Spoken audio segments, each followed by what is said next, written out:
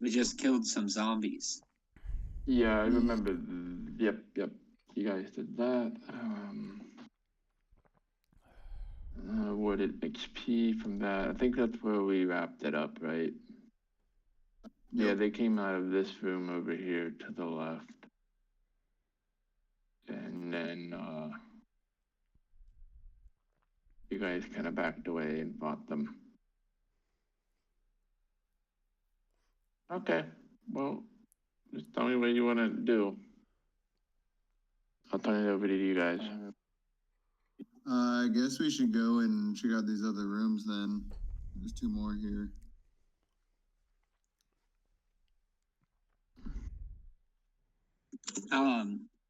Dave, after this fight, can I scavenge for arrows? Yeah, sure. What's that check, or is it just a random roll?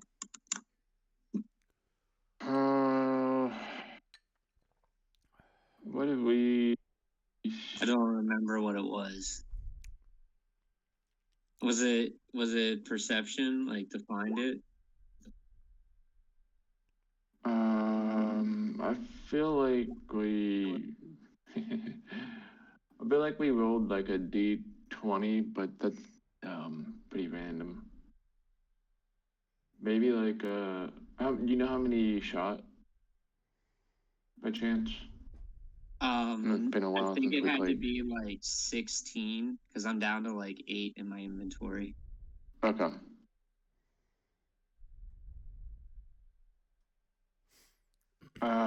Yeah, the ones that you hit were probably. Why don't we do a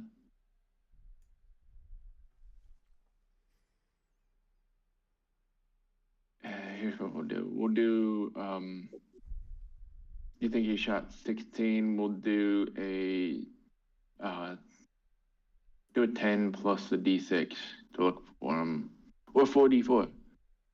44? Yeah, 44 to recover. That's fine. All right. So now I have 16, and then I still have my 18 silver arrows. Thanks for that suggestion. That was good. So, anyways, cool.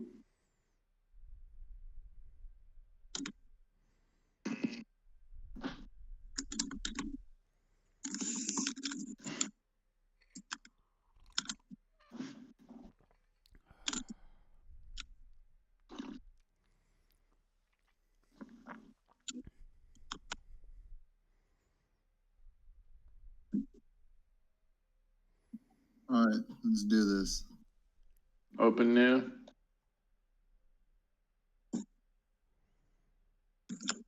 Oops, wrong one. Who's opening it? Leave? Probably the guy who was last. I give you this. So you're saying I gotta open the door? Yee.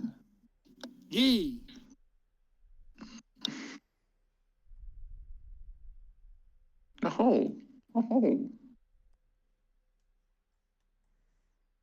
gonna have my shadow go in. Okay. Paul, as you walk past, I'm gonna give you guidance. So you're gonna add a D4 to your next ability check. Okay, well, this one has smashed furniture and debris from a final. This looks like there was a final battle in here. Go ahead and roll a perception real quick.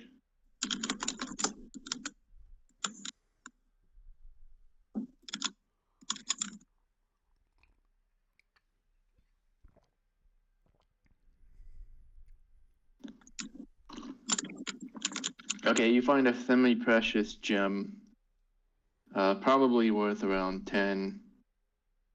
It's an aquamarine. It's blue and it catches your attention. And semi-gold copper, whatever. I'm gonna hand that to Leofric and say, "This is for your trouble." I will gladly take it.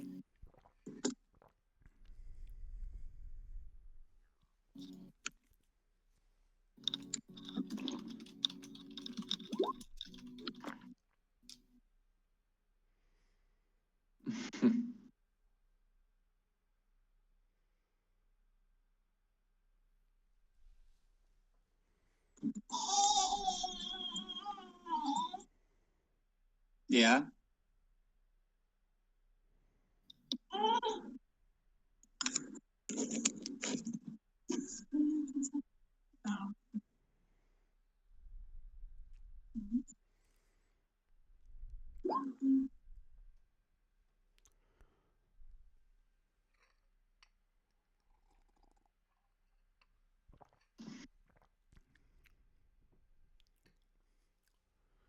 I thought of a really good puzzle for this room, but I decided not to use it because it might be too hard.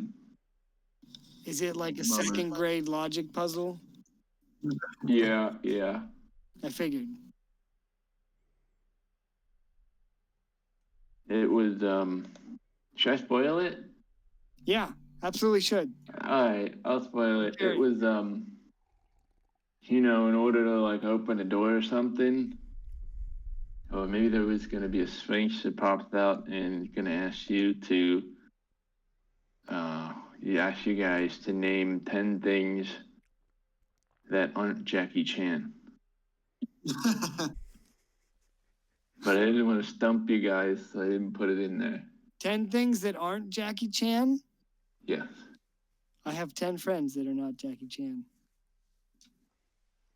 Well, you say that, but this one's open.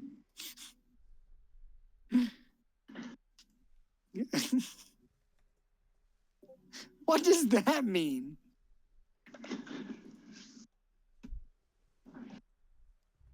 Okay, so this room is empty and full of dust. It looks like it was looted.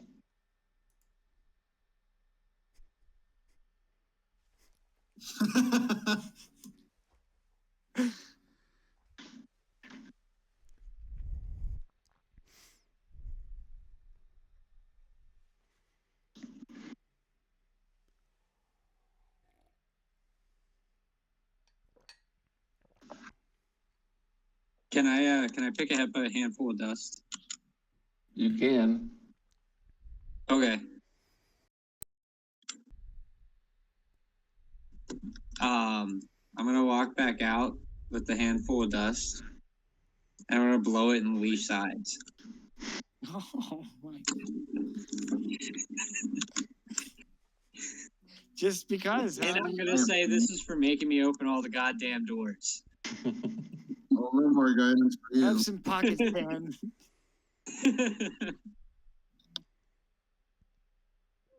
Better use your wild shape.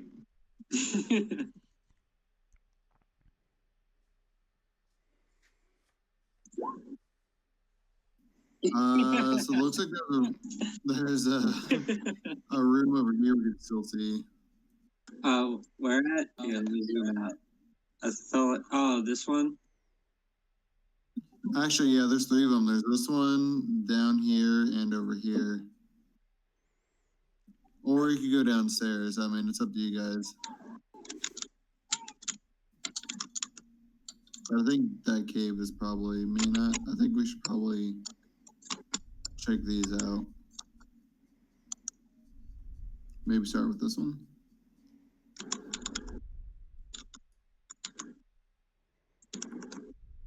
Yeah, if you want to get more dust blown in your face.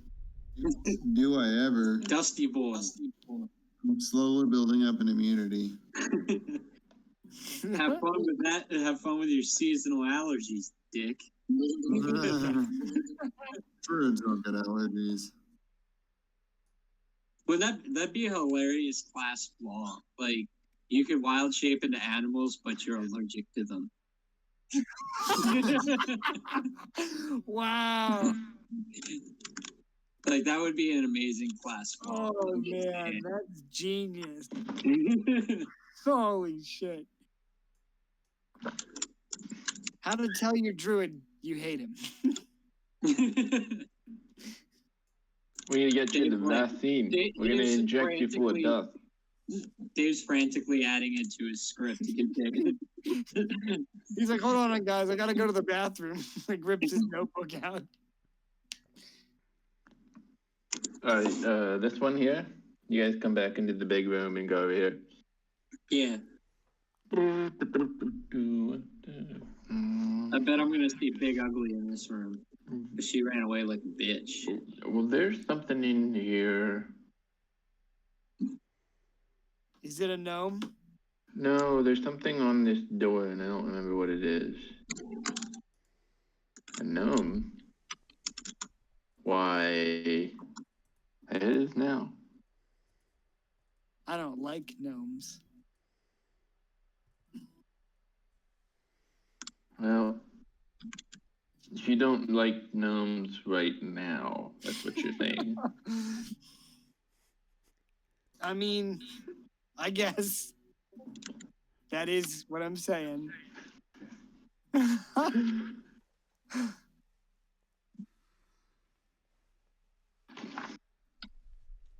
Me notes. Oh, okay, here it is.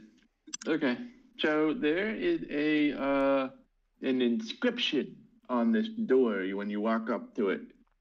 It looks like it's written in Orcish. Oh, man. If only we had a half-orc around that could understand that language. If only. It says, beyond this door, are you reading out loud? Sure.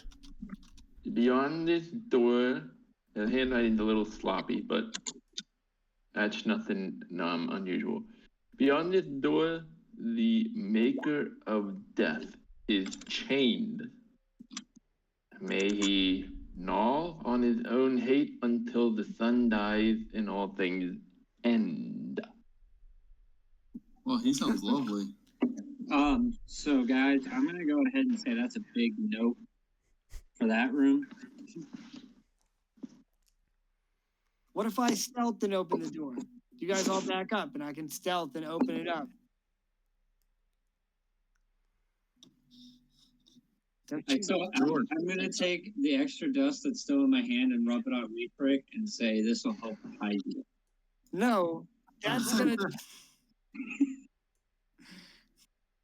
No. 18. 18 to what? Stealth. Oh, okay. You guys might want to back up.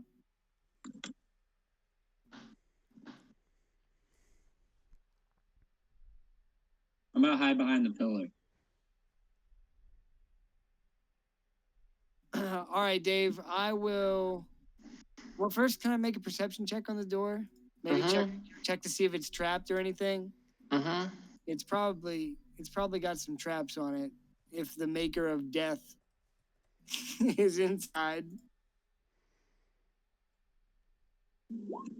10. If we open the door and Haru White Iron is inside of there, I'm gonna be really upset.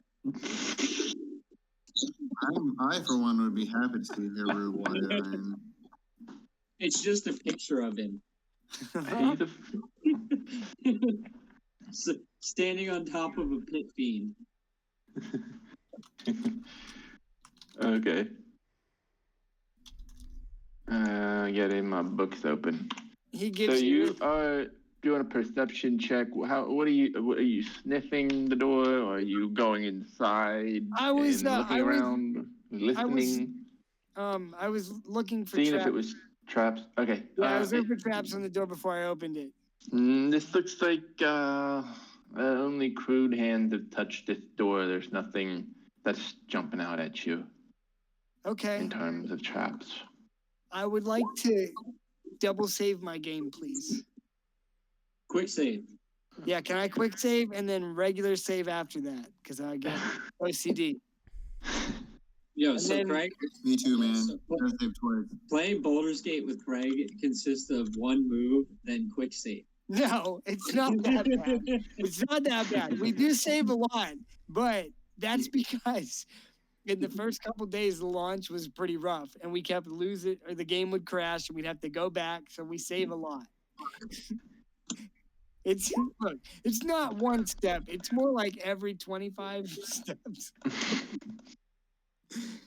Anyway, that being said, I will open the door slowly and peek inside. Okay.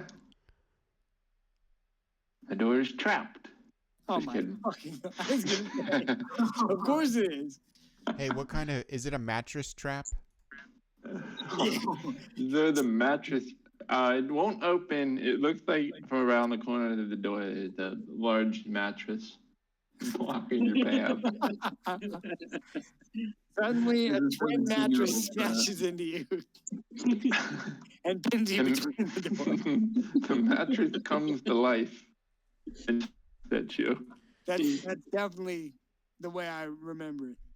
Hey, I'm not at all surprised, considering we were fighting the carpet that tried to suffocate us just a couple of sessions ago. That's true. Okay, how are you really going inside looking around, or are you doing a quick peek? Does the door open away from me or towards me? It opens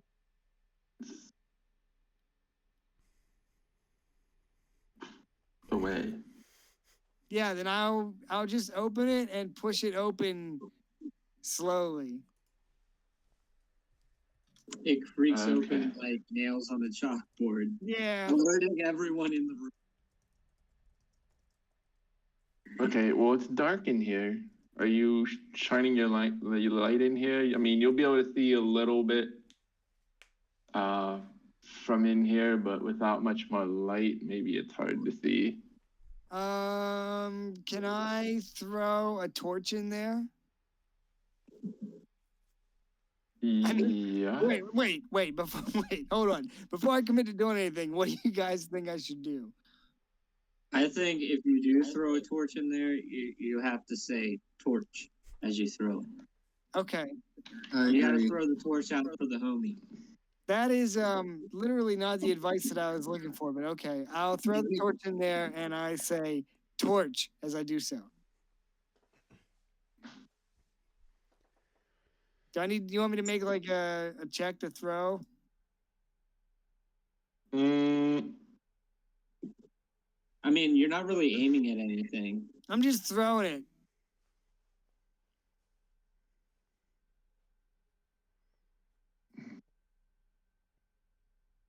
Okay, you can do that.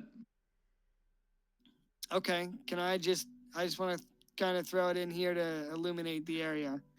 And you're not going in the room, you're just sort of opening the door and Yeah, I just opened the door and threw the torch in there. throwing a torch in there. All right, let's throw a torch in there. It bounces off the floor. Maybe it gives you a little bit more of this room. Maybe about that much. Gives you a little bit of a picture here. Room is bigger than anticipated. All right, well, I don't know if I should go in. I'm gonna go in and Wait. Okay. Why don't you guys guard me and I'll send in my chef? Because remember, I'm deaf, dumb, and stupid while I'm meditating. Okay. Are you gonna be? Is this you right here? Yeah, and then I can literally sit down and meditate and let my shadow walk around and see shit. I'm gonna pick up the torch, and I'm going to head to the right first because I know the room's gonna end shortly because there's other rooms on the other side. You don't know that. Now I'm gonna head to the left.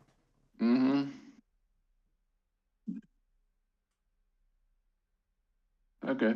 Let me describe this room to you as you're looking at it. It looks like it was once a shrine to the god of the dwarves. Walls are carved with dour images, and a low stone altar stands in the western end of the room. Stone benches have been smashed and thrown askew, and the icon of gods have been defaced. Atop the pillar, arms folded over his chest, lies the ancient corpse of a dwarf warrior in plate armor. Bones lie heaped around the altar's base, and at its foot crouches the desecrated body of an orc in studded leather.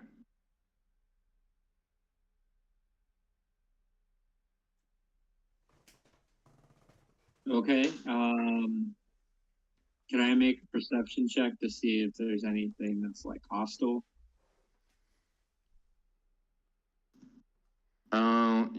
Yeah, sure.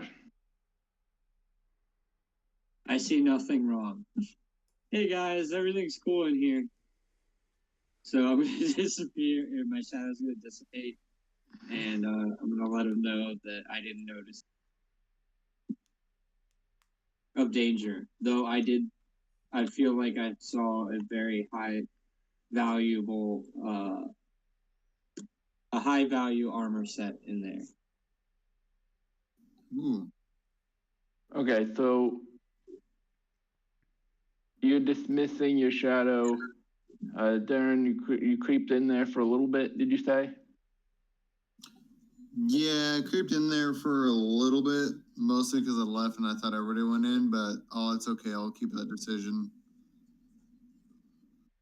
I'm gonna sit on the back pew, and I'm gonna start praying to the dwarvish god.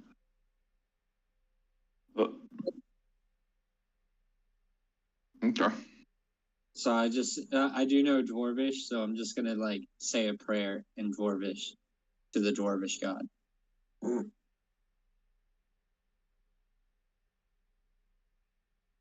Okay. So let's just have everybody roll initiative right now. Oh no. Right now. Kraski can add a D4. Right now. I don't like this game. Where's my dice at?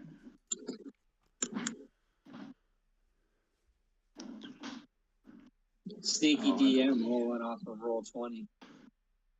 Shit. I don't want to roll off roll 20 yet. I don't want to roll off roll 20. I know what I can do. Everybody throw your numbers up there.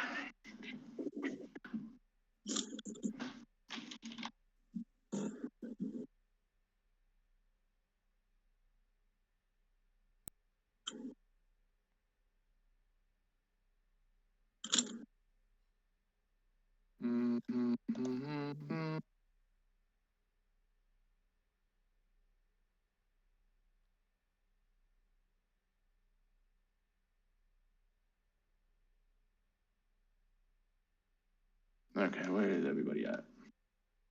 22. 20. Okay. Let's write this down. 22 Krask. Leofik. 20. Who's next?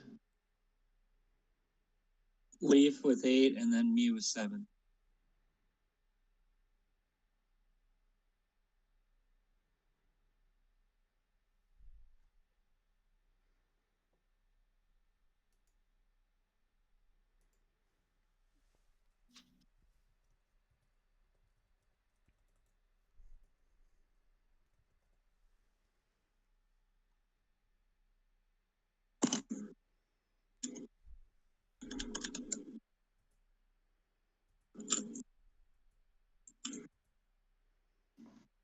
I gotcha. All right. Krask, you can go first. So.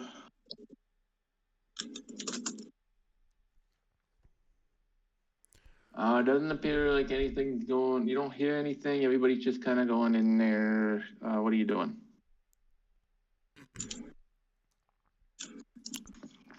I'm gonna go ahead and move into the room and I guess make another perception check. Okay.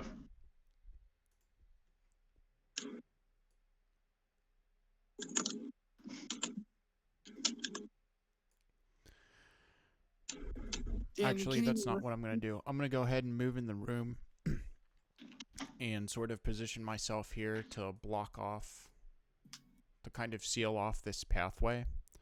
And I'm going to go ahead and take the dodge action. Oh, you gonna move there and dodge? Yep. What you pick? I'm in stealth, so I think I'm just gonna stay stealth and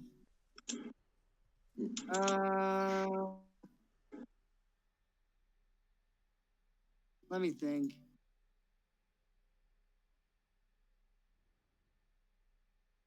Yeah, so I'll move over here and I'm just gonna move over here.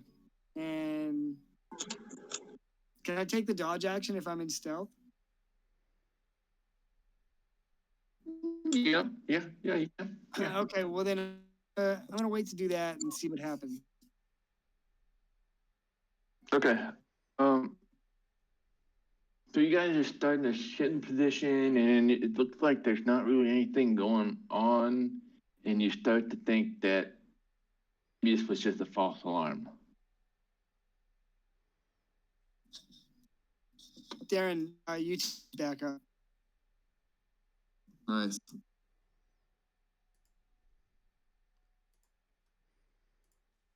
There's no one in here.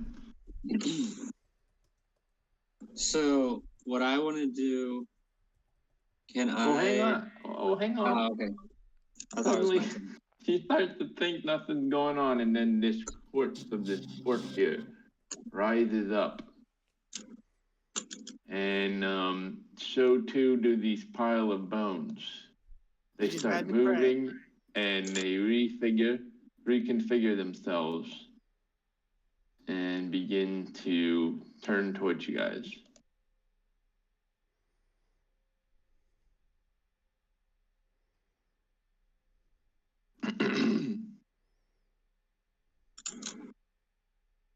The red one is a large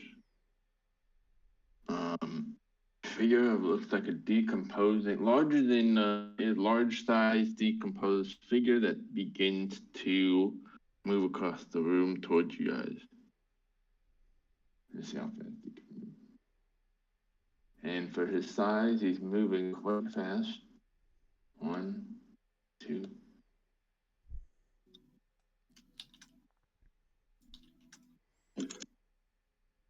He's seeing you guys down here. Oh, hang on. What was your stealth roll? 18. Yeah, okay. There you go. He's seeing some stuff going on here, down here. Let's have him start over again. 1, 2.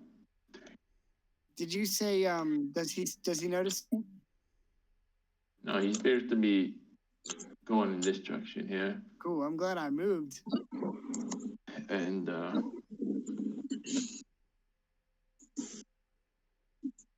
he's gonna move in.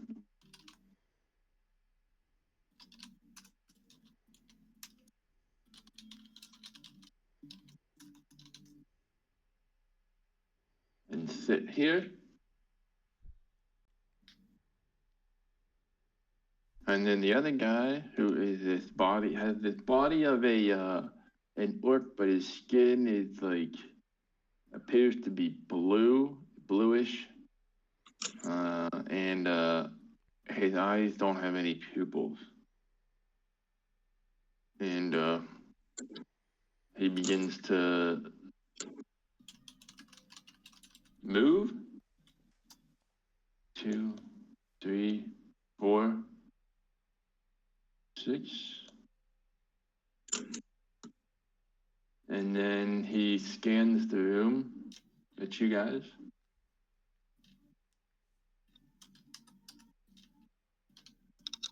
He looks at each one of you. And then he decides, Iolan. He gives you this speech. He says, you are the one, he thinks you are the one that killed him in life. and he starts to swear vengeance.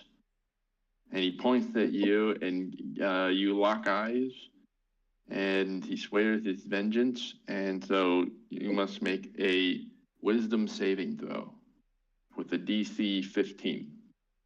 Damn.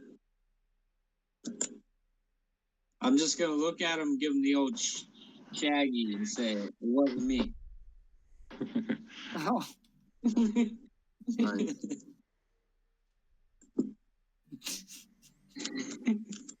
oh my god. A 5? Okay.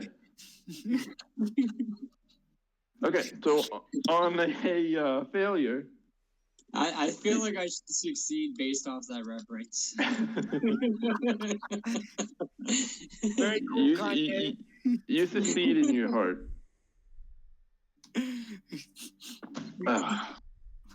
Oh goodness. Okay, so on a failure, the target is paralyzed until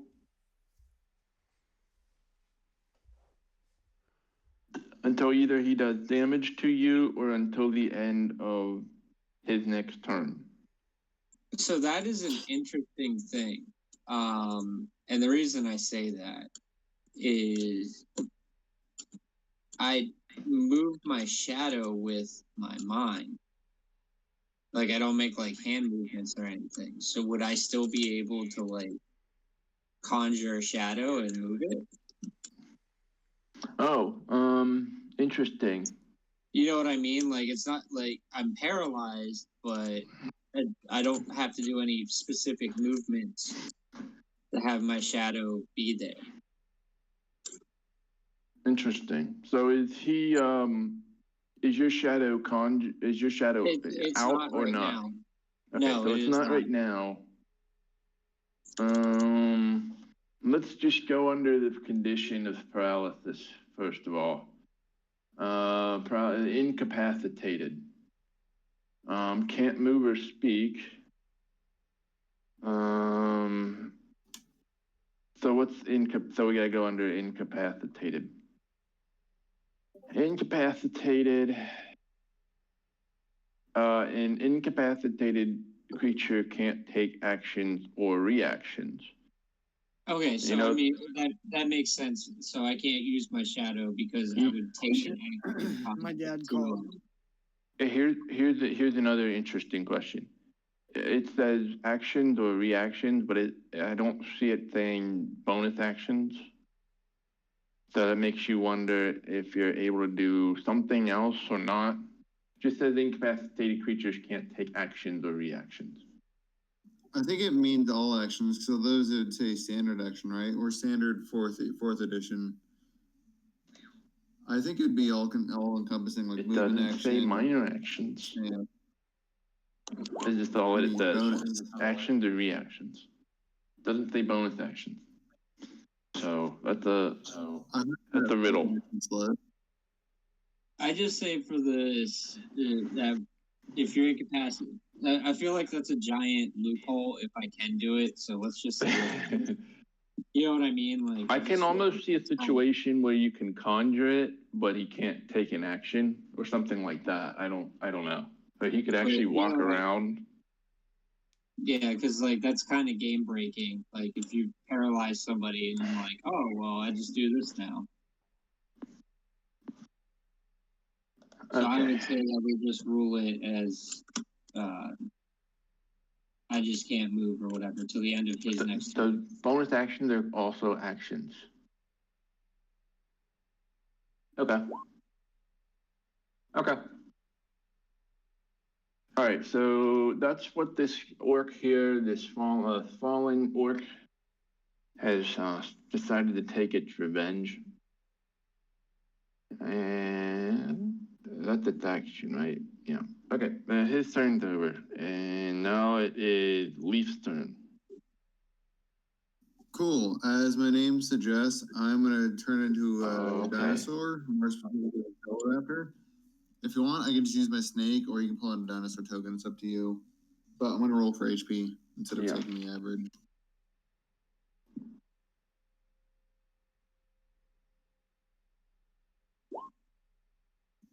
Damn it! I should really stop rolling. I thought I would get lucky this Here comes time. dinosaur. A small one. Large raptor. Like a raptor kind of thing?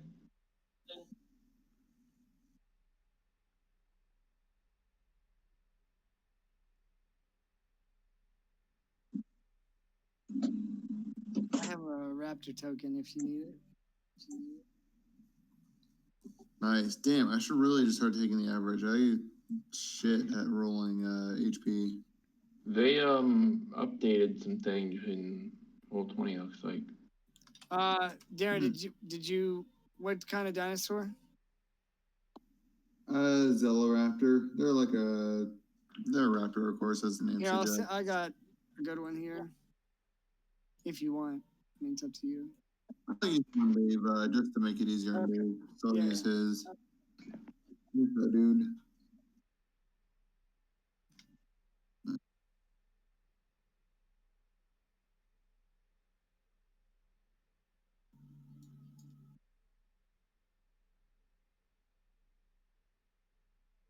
All right, so I'm gonna shapeshift and I'm gonna run over and attack this dude. Actually, what I will try to do is because they have 50 foot of movement, so I'm gonna move this way and then charge at him just so I can get the charge bonus. Yeah,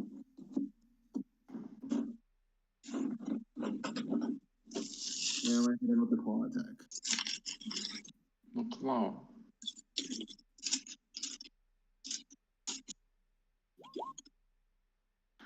Made with advantage thanks to pack tactics, so 17. Yep.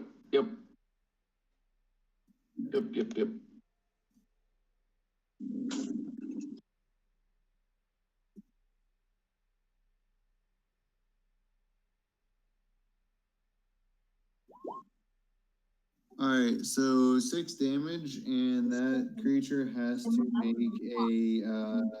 a strength saving throw or be knocked prone.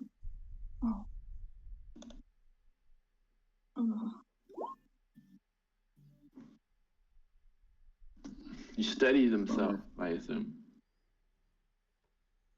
Alright, that's okay. I still get a multi-attack, so instead of getting 3 attacks, I still get 2, so I'm gonna bite him also. Bite him.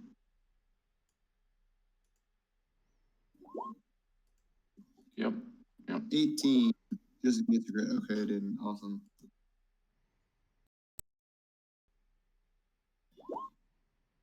Uh, 8 damage. And that's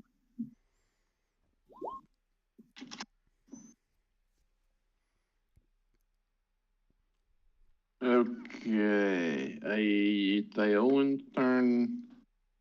A failure target is paralyzed until. So I think for this turn, you are paralyzed by the glare. I go ahead and fuck off, bird. I'm looking to see if his savings are right now or not, but I think it's until he does damage or until the end of his next turn. Okay, so we have this guy's turn. This pile of bones animates. 1, 2, 3, 4, 5, 6. And he sees Carrasco over here. And he decides to raise a giant, let's say it's a giant morning star. And he's gonna swing it over his head and come down on our resident orc.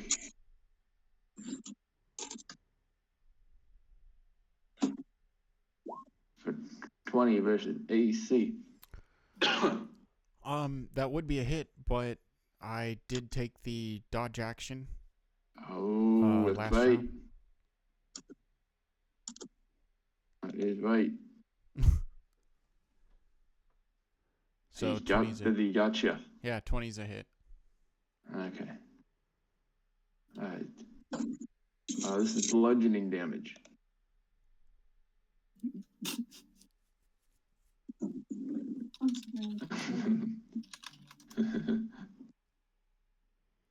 Okay, so 16. bludgeoning damage. Nope.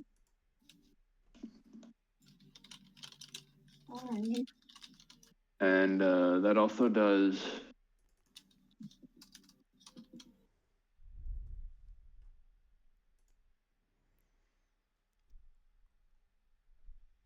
what is it? The multiplier times 15, or the times 10. What did I say about the XP? I think it's times 10. Times 10? Yeah. Yeah, I think you're right. Wait, All so right, why are we losing experience again? I forgot. Because they're undead. They're undead. Oh, yeah.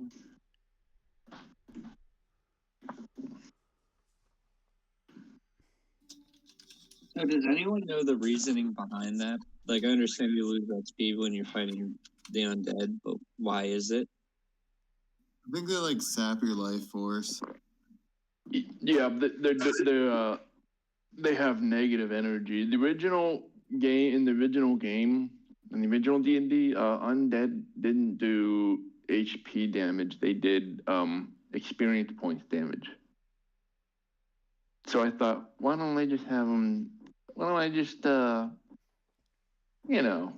put on a sweater and get a nice hot cup of cocoa.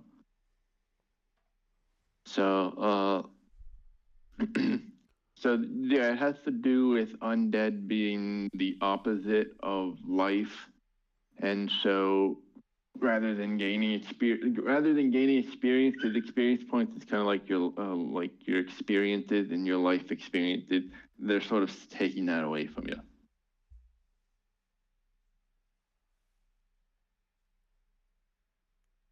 And then that's his turn. That's the round down. At Crash's turn. Oh boy.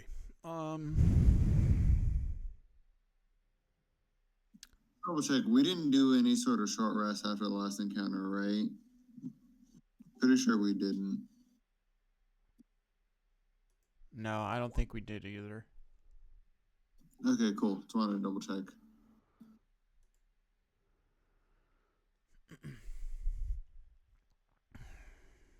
All right. I'm gonna go ahead and take the dodge action again, and I'm gonna go ahead and move.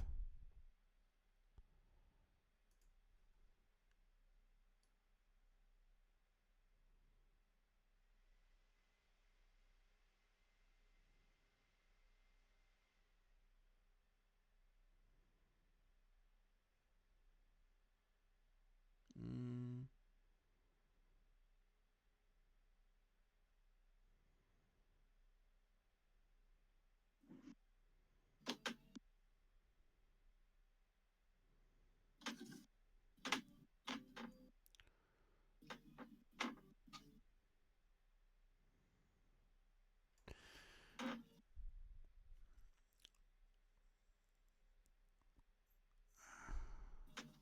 He's gonna reaction and attack.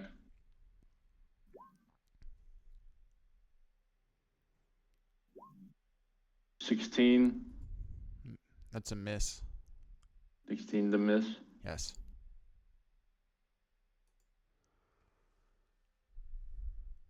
And then I'll have the other one be a bit distracted by a dinosaur. Right now, I think this guy's on you though. So was the blue one that did the reaction? The blue one did the reaction. Mm-hmm. Bummer. Got it. And then anything else from Crash? Because after you, it's Leopold's turn. No, I'm ending my turn here. Okay. Are we piecing out of this room? Is that what's happening? No. All right. Well, I'm gonna sneak over here and attack. Can I attack with advantage since I'm in stealth? Yeah. Excellent. Nobody knows you're there yet. I know. Kaplow, kaplow. Oh shit, a 20. Yeah, buddy. 20 and 26 and 21. Yeah, who are you attacking, by the way? This guy. Am I not Red? close enough? Yeah, Red? I need to be over Okay. here. Sorry, Yeah. the dinosaur kind of blends in there. I couldn't. I got it. That's cool. All right, so I'll crit with longsword and regular damage with whip. Okay.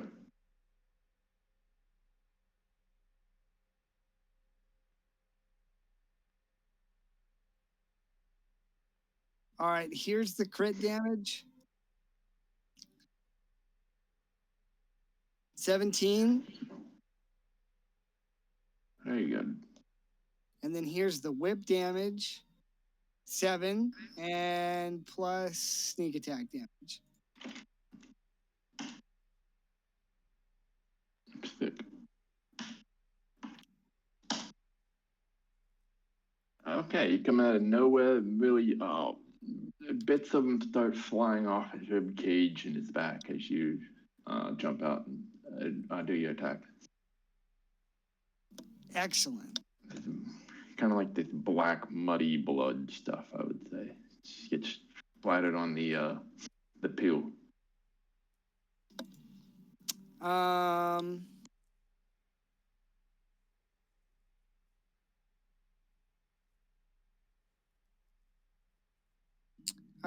Should I attack again? I can action surge. Absolutely. Yeah, okay. Oh. Yeah, that part's up to you, I suppose. I don't know if I should save it or if I should attack again. Well, I tell you what, I'm gonna save it. Nah, I could die. Might as well use it. I'm gonna action surge, Dave. Mm-hmm. And I would like to attack again. Okay. They're just gonna be regular attacks, right?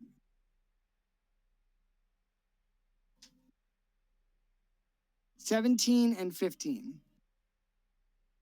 Both those hit. Oh, nice. All right, here's the longsword.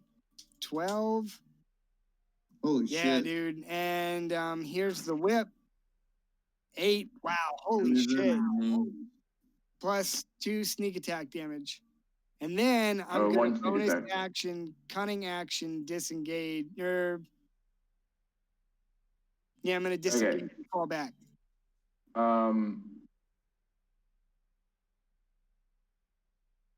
What attack does the sneak attack go with? Whip. Whip is a finesse weapon. Okay, so your total would be 8. Would be 10. Okay. Yeah. Yeah, so I rolled 12 for longsword, 8 for whip, and then the 2 is the sneak attack. 10. Okay.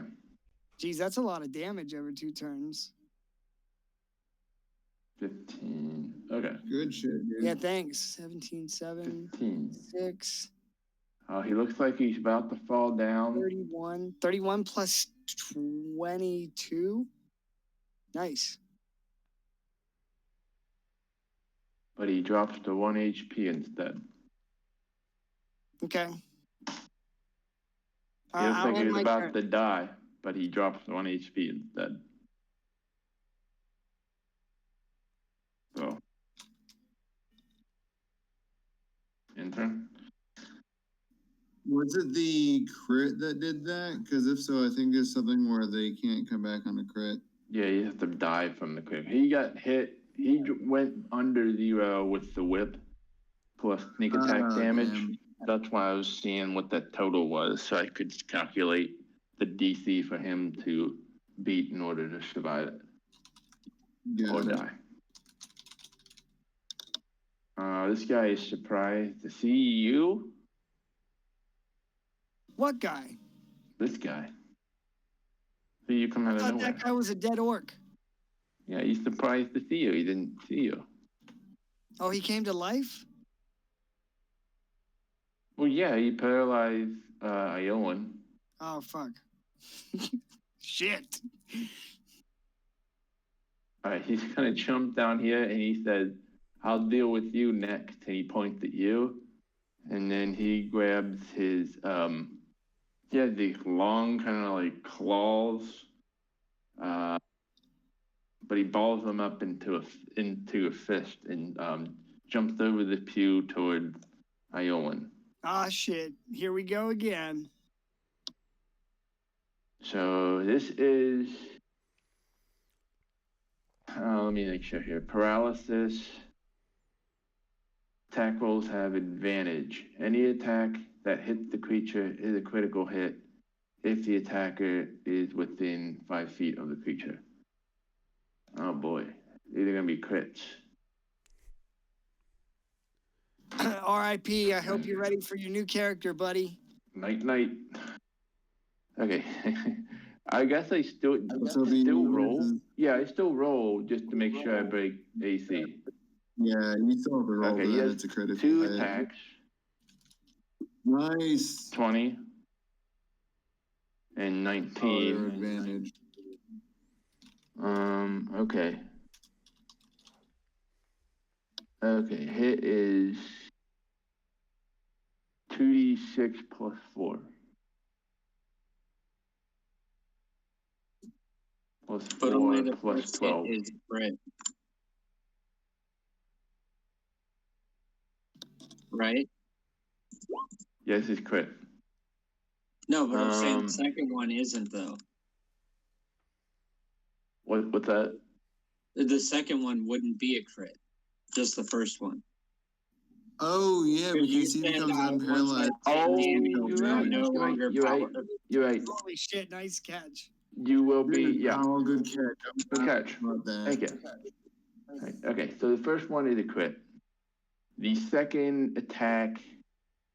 Okay, so the second attack, you will no longer be paralyzed. So he got a 19, so it'll be a regular attack. If 19 rates, I think 19 rates easy. Okay, so the first one does 18.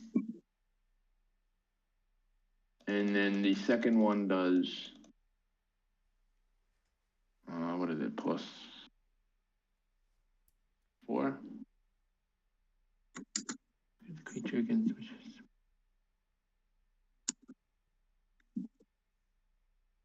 Oh, hang on a second. If the target is a creature against which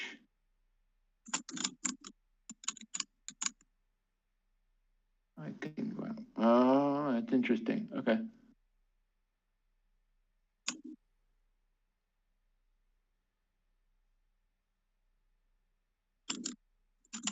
Okay, this is what he's gonna do.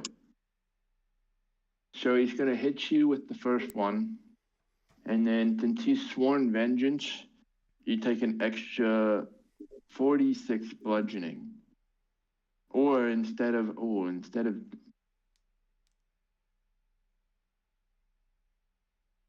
don't want him to do that. Okay, I'm gonna make, one is odds damage. Okay, he's gonna go through with damage.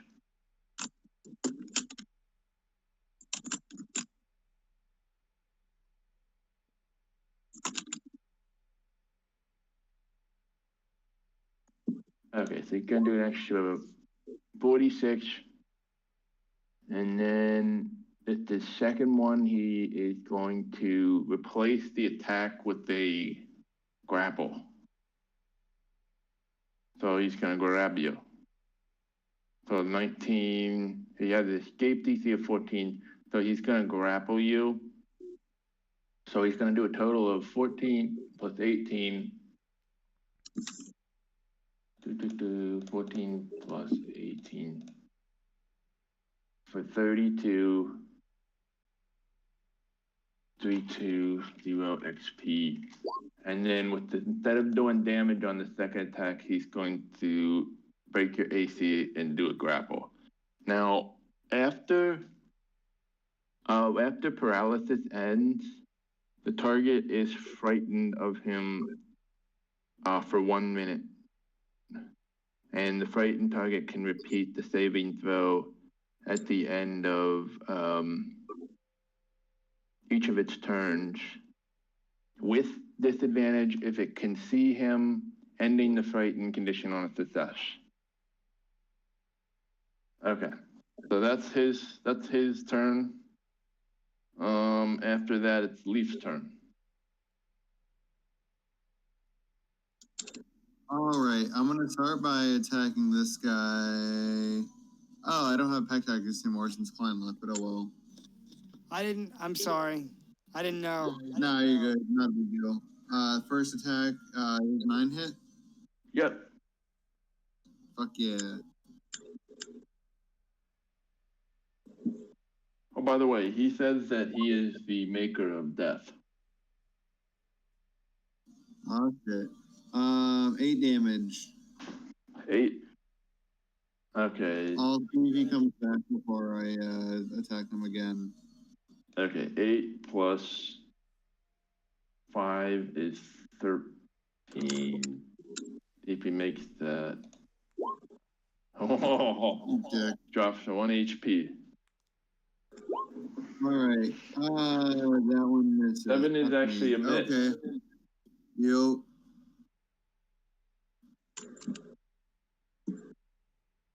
I will end my turn. Damn. End your turn. I believe it is Iolan's turn. Did the red guy already went, right? I don't know. I was too fucked. I was just getting fucked up, so I'm for absolutely no reason. I Klein, looked at after him, I said it wasn't me, and he didn't give a fuck. after Leo Frick, did the red guy go? Or no? I don't think the red guy went because no one's attacked me yet. Okay. Yeah, he was planning on attacking you.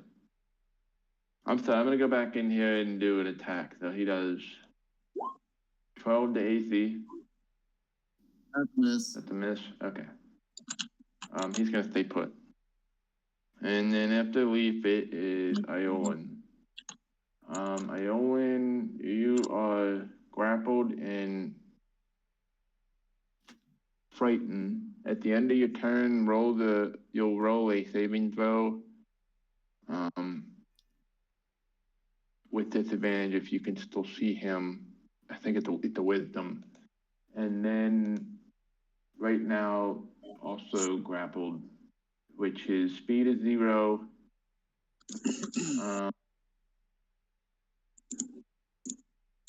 Yeah, he can attack and stuff, but he just has a hold of you. Right? I think that's how it works. So, he's not gonna like this one. I spawn my shadow over here beside Karask. Mm-hmm. Then I use my bonus action to switch places with my shadow. So now he's just holding a ghost. Okay. Now does the fear break if I can no longer see him? Or is it just something that I have to... The fear will... Yeah, you can make a save in your regular save if you can't see him. If you see him, then you have to make the save with disadvantage. Yep. Okay. So then I'm going to take 1, 2, 3 steps over here. And I'm going to try...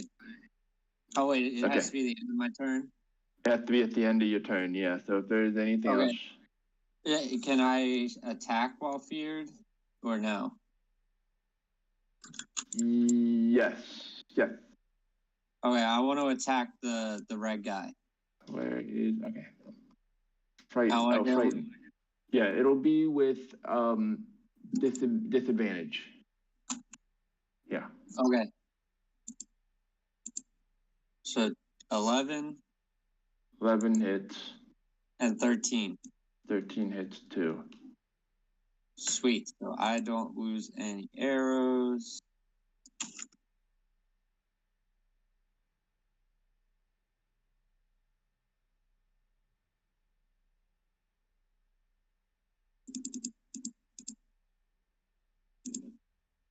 Uh, 25.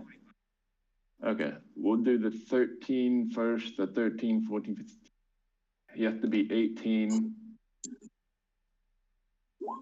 Okay, no, so he falls. So after your first one, he falls to 0 and does not get back up again.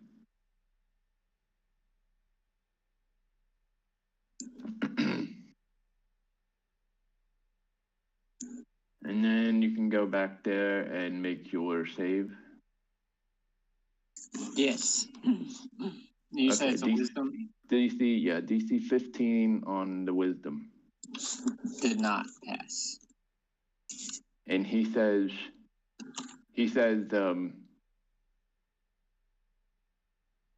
you can try to run from me, but I know exactly where you are, no matter how far you get. Damn, this guy's not cool. He's not a good time. Blue guy here is gonna move over to Mr. Jurassic Park here and do an attack.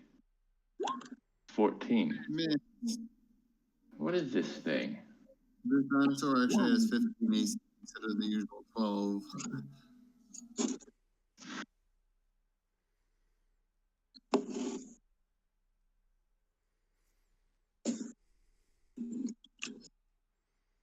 Okay. That's the round down. Back to Krask.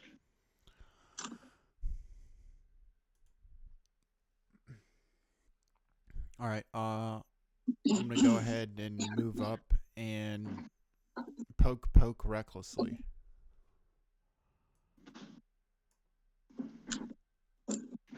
Wait, didn't you get an axe again? I'm using the fire lance from the skeletons. Oh yeah. Oh shit. Do you have this? You still have the rolls and stats for that? As far as like what the damage is? Yeah. Yeah, it's I think 1d12 plus 1d6. Yeah, that sounds kind of familiar. It's either that or it's 2d6 piercing damage, and then 1d6 fire damage. Here it is. It's 1d12 plus strength, piercing damage, plus 1d6 fire.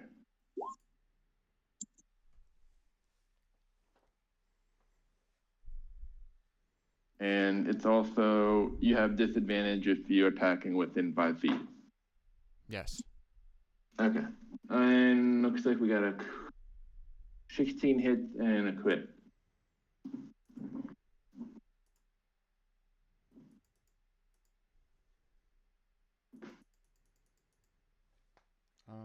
Let's see here. Regular damage. And then the d6 for the fire.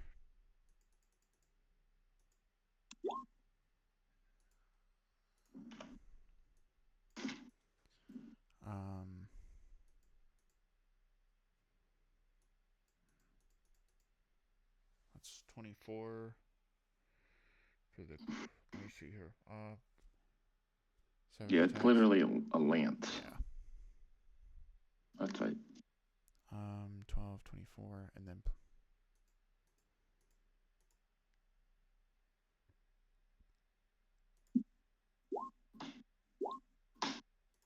Holy shit. 36. We also doubled our fire damage too, by the way. That joke is amazing. Thanks. 41.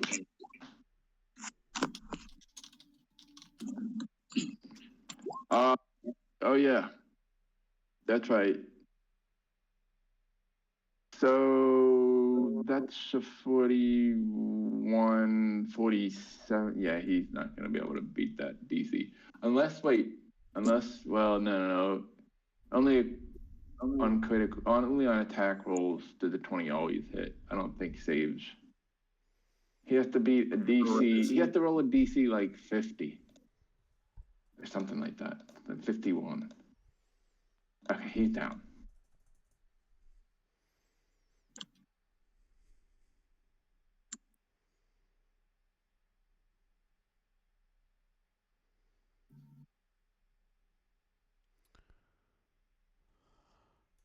I'm gonna go ahead and move.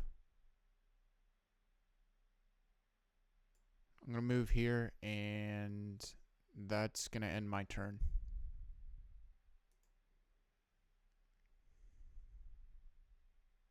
Okay.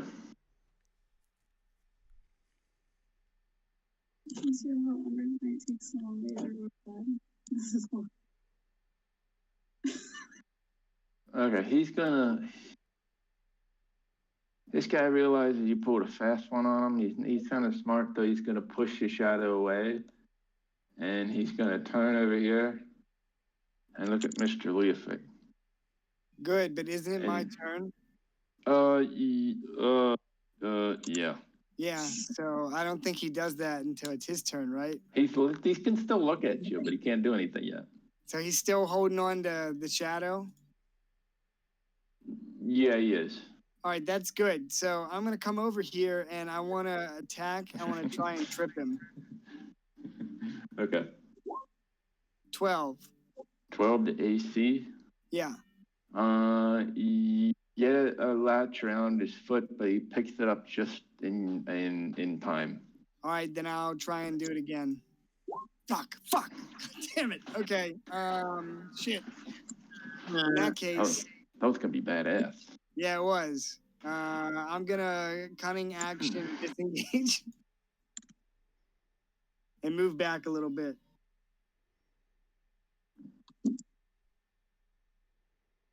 And I guess I'll end my turn right there. I was gonna trip him and then I was gonna attack him with advantage since he was down, but then that didn't happen. So I had to go with plan B. Okay. Did a plan B in the vending machine at Shipping University? Yeah, dude, it was a national scandal. It was a national scandal. Daniel Tosh was like, face it, if you want to Shipping University, you're already going to plan B. That's right. Ugh.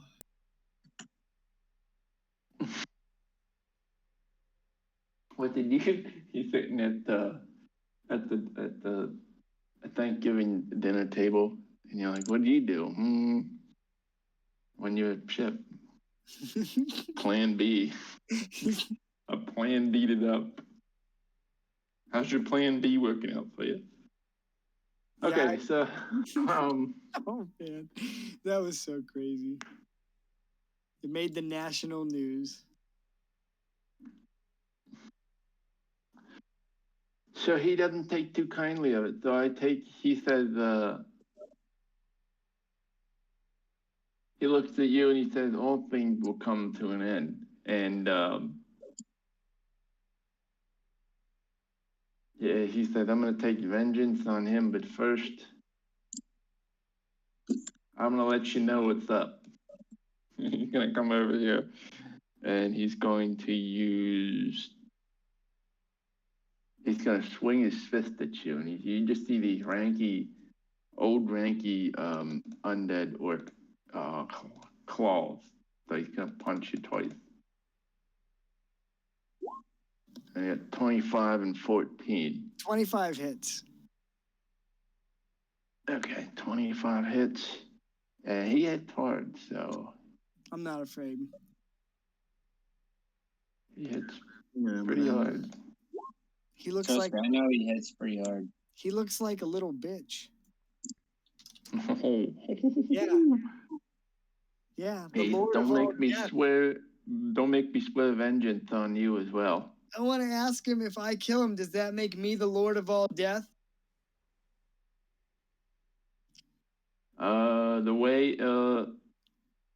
The way that you're handing over your EXP points to me right now, I don't think so.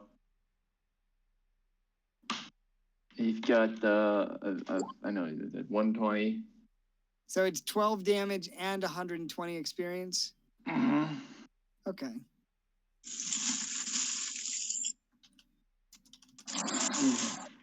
What do we got next here? Leaf's turn. Oh boy.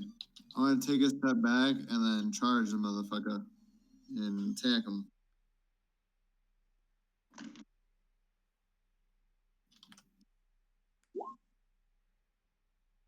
Advantage takes 13. attack tactics 13 does. 13. Okay.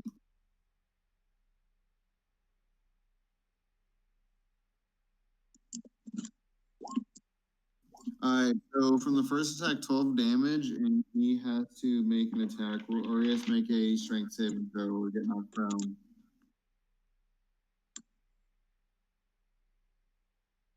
What do you have to beat? He has to make 13. Okay. He's not knocked prone. I still get a second attack, because I have multi-attack.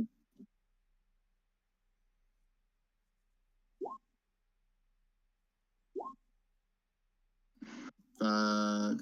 It doesn't. 12 doesn't. Mama. Alright, then that's my turn. He says, I'm the maker of death, and when I'm done with each and every one of you, I'm going to tie a big chain around all your bodies. I'm going to chain you up. Dave, from this life and after. Yeah. I'm sorry to interrupt. So since he missed me on his second attack, I know, is it too late to riposte as using a superiority die? Oh, okay. You can, if you want to do that, that's fine. I'm sorry, I always forget. Yeah, go ahead. Okay. I don't know how it works. It says, here, I'll link it. It says when the creature misses you with a melee attack, you can make an attack in response. Okay.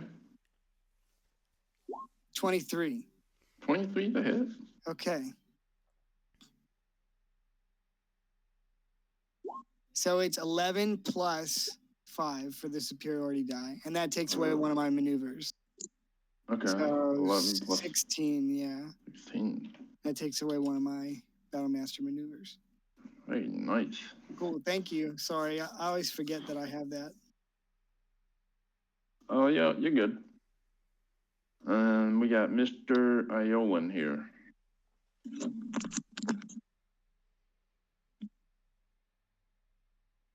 Okay.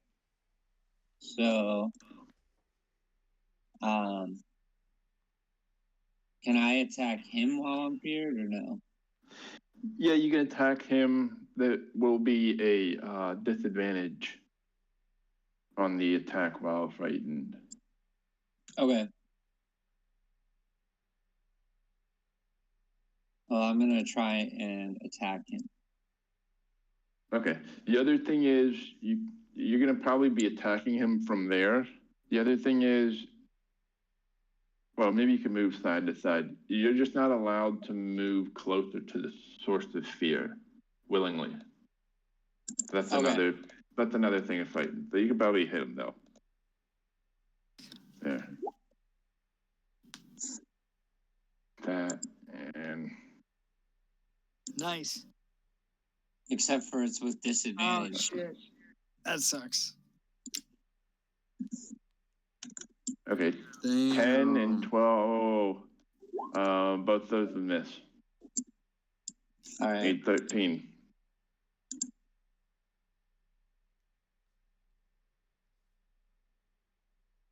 Well, then I will try and do my wisdom saving throw and end my turn. He knows where you are. He's juking you. Hey, man, mama didn't raise no bitch. Iolan, that's around down back at Karask, then. All right, I'm gonna go ahead and do like I'm gonna move and attack on my movement. I'm gonna kind of charge in with my lance, and then at the end of my movement, I'm gonna kind of thrust out and poke recklessly. Reckless poking. Careful with that. You might need Plan B. I've been lucky. I don't wrap it and I don't pull out. Oh.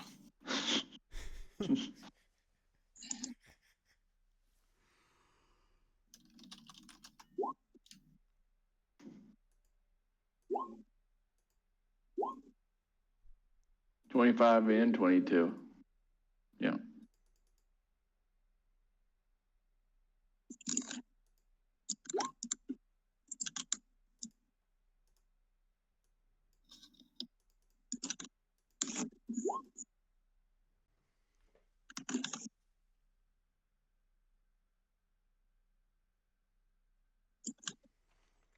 Okay, we got 9, 5, 4. Wait. Yeah, 9, 5, 4, and 4. So 13 and 9.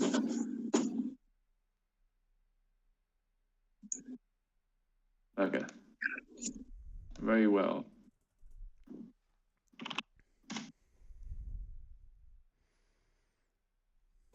I'm reckless poking. Leofic, your turn. All right. I'm gonna attack twice, and I'm gonna attempt to trip him. 24. 24 hits. Okay, so I'm gonna expend a superiority die to knock the target down. So I add the superiority die to the attack's damage. If the target is large or smaller, it must make a strength saving throw. If he fails to save, he gets knocked prone. By the way, he really hates that fire.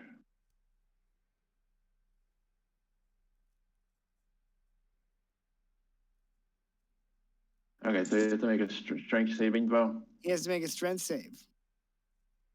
And then I'll roll for damage. Does a 16 do anything? Yeah, I'm pretty sure 16 saves.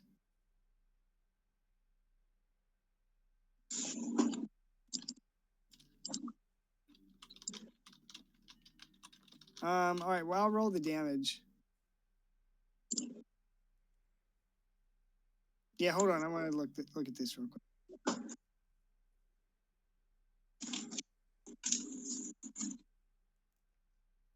Yeah, he saves, but here's the damage anyway.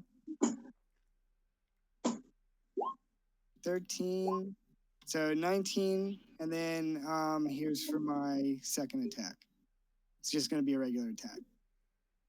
23. Yep, 23 hits. 7.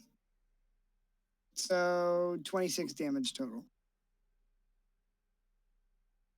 Okay, so that's the superiority. Okay, we're starting to see. Okay, 13. Yeah, so I got it. That's gonna use one more of my maneuvers. And then 7.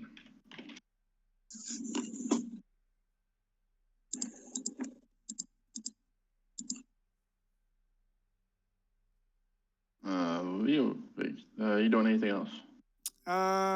Maybe I should back up. Yeah, I will use cunning action to disengage.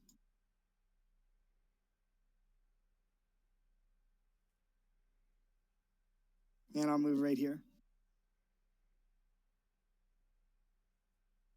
And end my turn. Okay.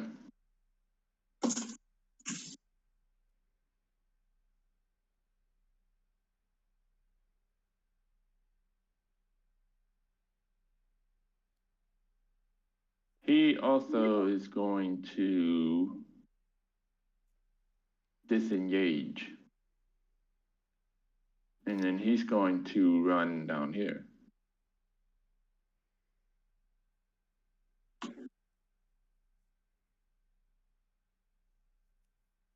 And say, where do you think you're going? Does he provoke an attack from Wes? Disengage, so nope. Unless Wes has Sentinel. No, I do not have sentinel feet. Me neither.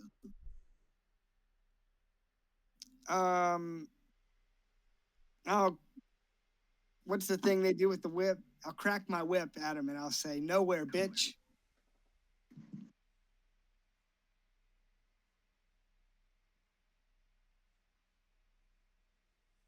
He says, "Don't. If you guys approach any closer, I will." He's basically saying he will destroy your friend. So that's his turn. Leaf, it's your turn.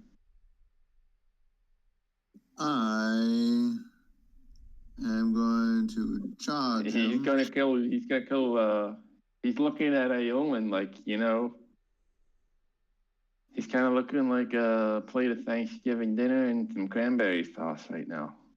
12 and 16. Okay. 16 hits. 16. Right.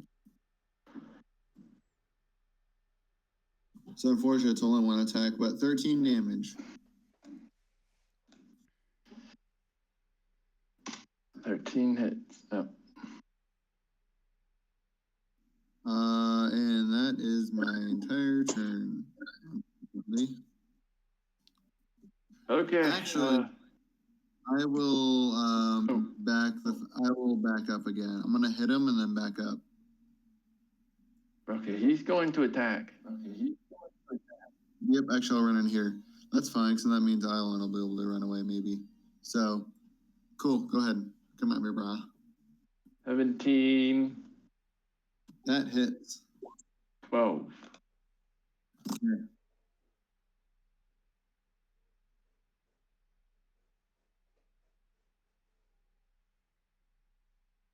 Aolen, your turn. I'm gonna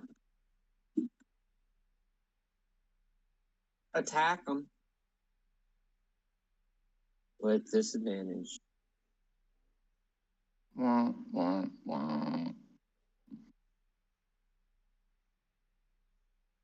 That's a hit. I got One hit, one miss. Yeah. I got a hit.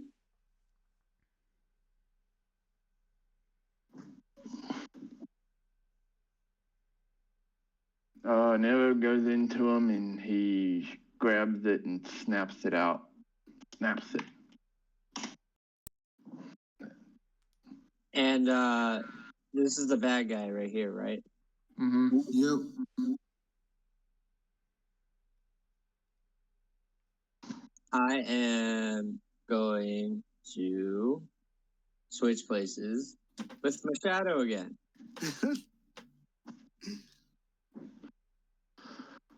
Son of a. And I'm going to take a couple steps back. And now I make my wisdom saving throw. Hey! That's success. No more fear. Shit. Okay. I look at him and I say, "You're not so tough."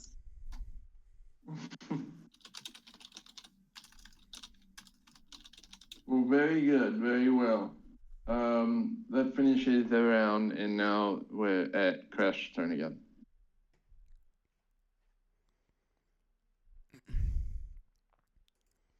All right. I'm going to go ahead and charge the opposite way this time and go ahead and poke recklessly. Poke recklessly. You better put a helmet on your little soldier. If you're going to SU, you're already poking recklessly.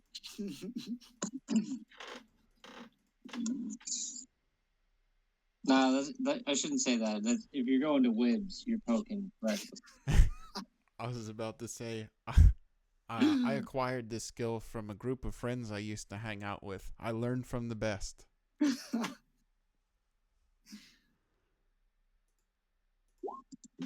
Oh, shit.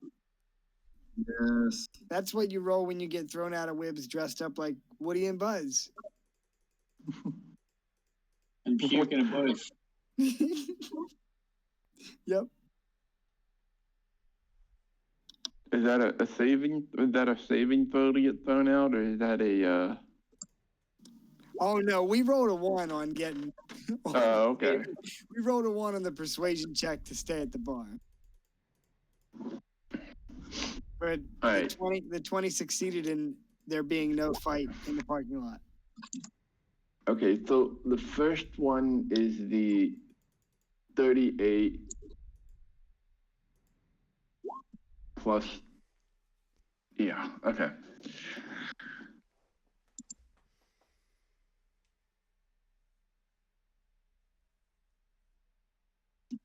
Wes just looked at him and said, "I think you've had enough. You need to go home, son."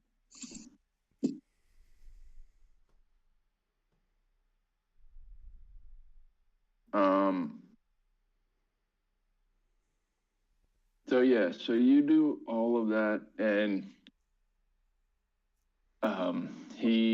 you can tell he's at a spot where his HP is 0, but he's kind of engulfed in some flames, and he's just kind of looking about himself as this is happening. Anything else you're doing? No, that's gonna end my turn. Leofric, it's your turn. Guess I'll be the Lord of Death. I'm gonna attack him.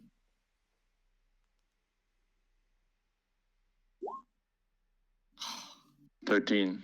13. All right, great. Yeah. Bear in mind, he has 0 HP right now. That's fine. Max damage for 14. Okay.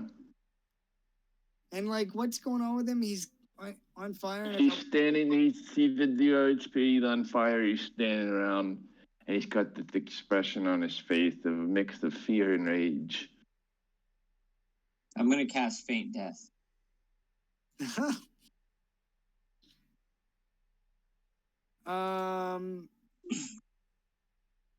Yeah, okay. I guess I'll end my turn. Well, Okay. let me bonus action disengage and fall back a few feet. Ah. Back here, just to be safe. And then I'll end my turn.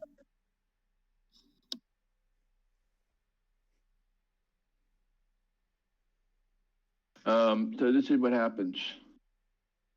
He stands there and burns in flames, and his body falls over, but you see standing in his place is a soul. And he looks at you, Crest, and he says, "I will have my vengeance." And then he dissipates. And he makes sure you know that he's the maker of death.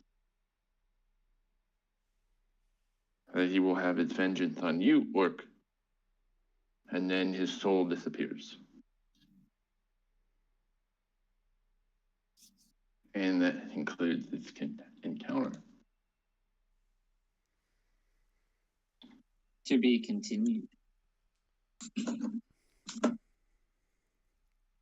So is the suit of armor, or is the suit of armor still standing over there? Dun, dun, dun, dun, dun, dun, dun.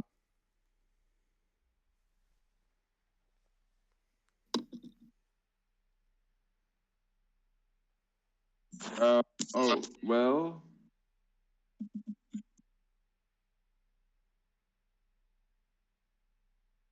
What did I say about the armor?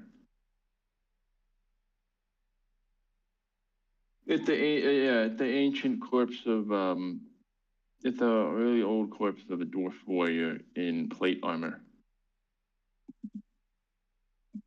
Oh, so it's a statue, or is it? No, it's an actual literal corpse in literal armor. Yeah. Got it. I'm gonna get you guys experience points for that one. Is there any? Yeah, there's an altar here, and there's a sepulcher. What level you guys? Is there loot? Level 7, Dave. Level 7? Level 9. No, Yep. I'm just kidding. Damn. Somebody needs to check Leofric's carry weight because if I've learned anything from Baldur's Gate, he's always encumbered. There was a time in Skyrim where I was so encumbered, the only way I could move was to use the dragon shout thingy, where that would cause me to dash forward like 10 feet. That sounds miserable. They're funny. Oh, speaking of Skyrim,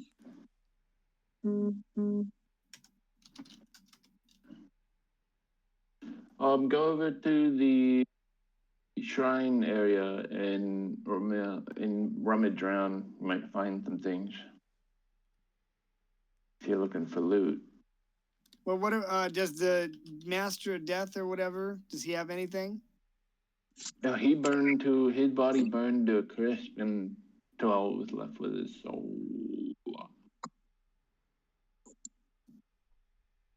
Yeah, I saw you sent that earlier.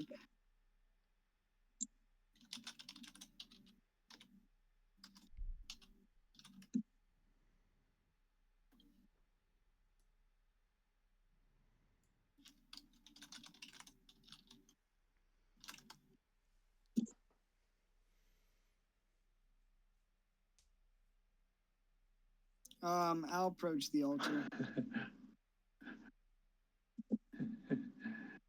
I'm catching up here. Okay, so under the altar, there's a scattering of bones. Near it can be found a sack that holds. Looks like nobody wanted to go. Most of this place is looted, but it looks like nobody wanted to go near these guys. You find a sack full of that much money, and you find a bone case that contains some scrolls. Oh, shit. There's 2 of them. 2 scrolls. And I wrote what they. I want to change what they are because these are.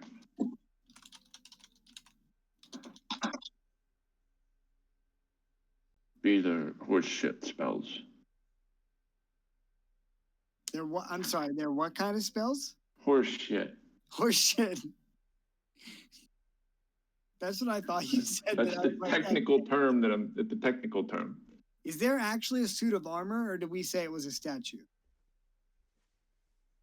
It's a ceremonial suit of plate armor, and there is a dead, not undead. There is a dwarf skeleton resting there. Is it what kind of condition is this armor in? Very, very old. I mean, if you want to take it with you, you might be able to. It's sized for a dwarf, and it will have to be refurbished isn't the right word, but you know what I'm trying to say. Could I maybe just take? I don't know if I could carry all of it. Could I maybe just take the helmet and perhaps the gauntlets? Yeah.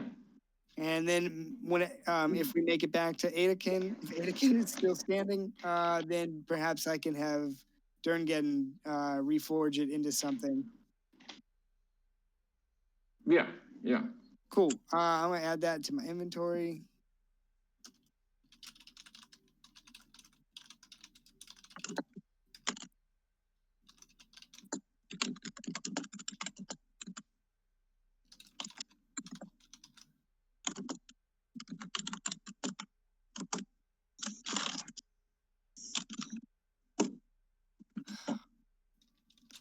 That's a good question, Leaf. How much does the entire suit of armor weigh? As much as the plate. Yeah, let's look that up. Yeah, whatever the plate is, that's how much. Does it seem like it has magical properties? Is it one of those? Does that have Derngen stamp? Yeah. Can I inspect it for the Smith mark? This one does not have the Smith mark on it.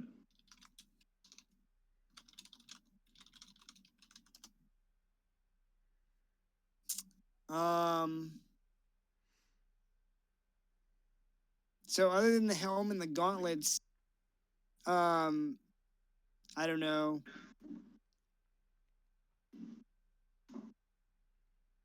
I don't want to get the whole way back there and find out that I need all of it.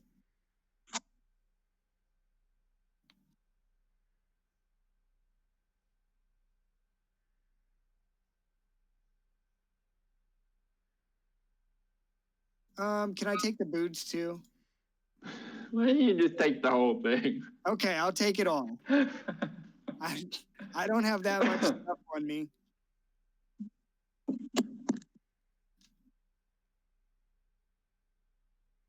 So it's plate armor. It's not wearable, but once it's resized and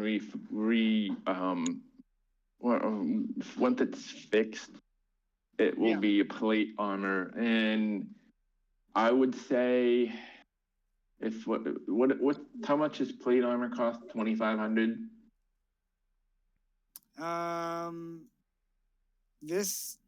The armor section on roll 20 says 1,500.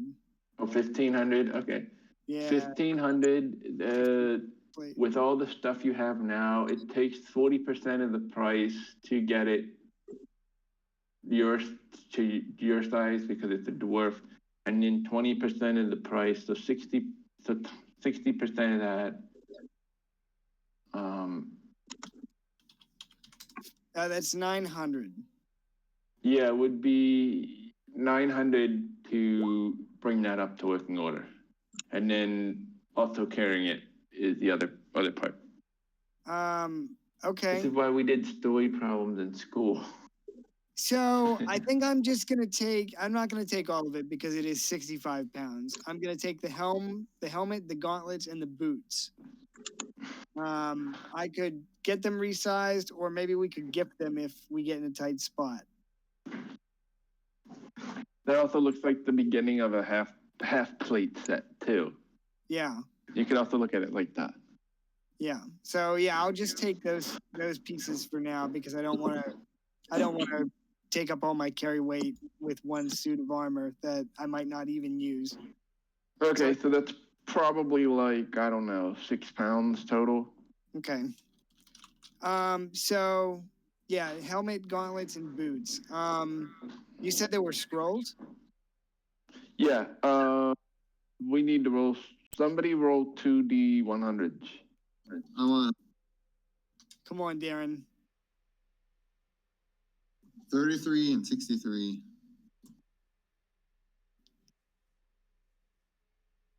Okay. One is a scroll of fabricate. Nice. And another, did you say, what was the other number? 63. 63.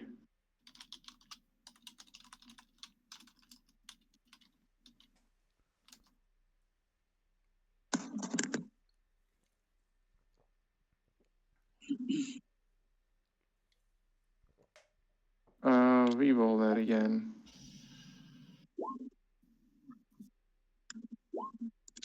70. No, you gotta get something lower. 26. There we go.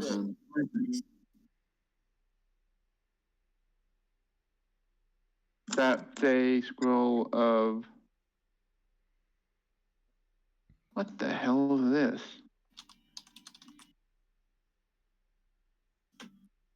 Is it a scroll of resurrection? No, it's called Hunger of Horror. That sounds amazing. And I click on it and it... What do you mean? It doesn't have anything. I have no idea what the hell that is. Oh. Do another roll. That one doesn't make sense. 9. Okay. We got 9.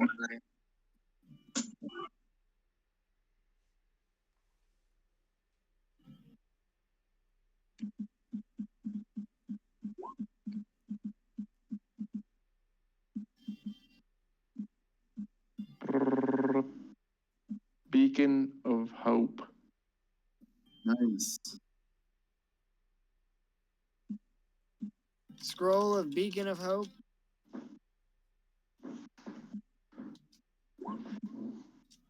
Yeah. All right, Darren, you can have those. Cool. I'll put them into the ring, and then once we get to the point, I'll probably just give the ring to either you or Island, or maybe I can trade off every day, and I'll put Sounds spells in good. there for you. Do we want a short rest to get some health back? If we can. I need to look this up. When do my maneuvers reset? Short, I Rest? think. Yeah, I'd like to take one because I'm down to only one. You guys can short rest here if you'd like, or wherever you feel like is safe. I'll be right back.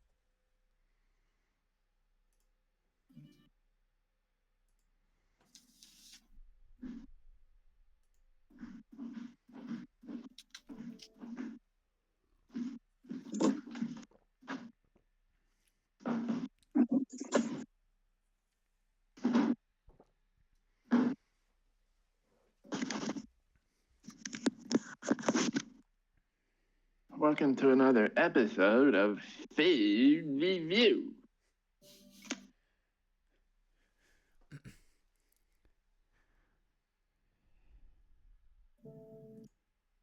Get out of here, review bra. My disappointment is immeasurable. With the buzzard bites? Yeah. What was the best thing out of the cookbook so far? The Deviant Delights or the buzzard bites? I love the buzzard bites. I'm thinking about I'm afraid about going to work, and you're gonna be like, and if they ask me what I make, because they always ask me what I make, because I have to microwave it, and they're like, good, what'd you make? And I'm just be like, buzzard bites. Imagine their faces. Want one? I got it, Mogler. Is it essentially like meatballs? Yeah, it's meatballs with it's got bacon in it. Yeah, it's like bacon meatballs. They're turkey meatballs. So bacon, ground turkey meatballs, and then the sauce is a combination of apple cider, ketchup, balsamic vinegar, and like nutmegs. Okay, so like barbecue or sloppy joes. It's kind of like it's like a barbecue sauce. Yeah, a little bit. But it tastes more like apple rather than. It's really good.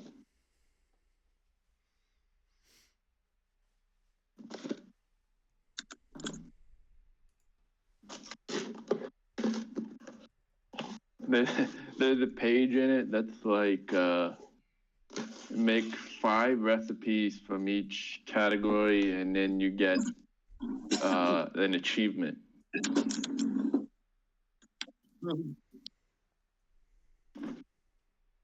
So I'm ready for that. Okay, did you guys take a short rest then? Looks like some HP is a little higher. I don't see Iowan. I don't know if Iowan did one. He might have had to step away real quick. Yeah, that's He fine. said BRB.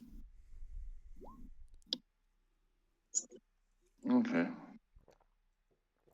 Make sure you guys add your Constitution modifier, if any. Yeah, I always add mine after I roll everything. Where is two scoops? All right, let's do this. Looks like there's 2 rooms south of us. There's a southwest that's the bottom of some steps, and a southeast that is double doors.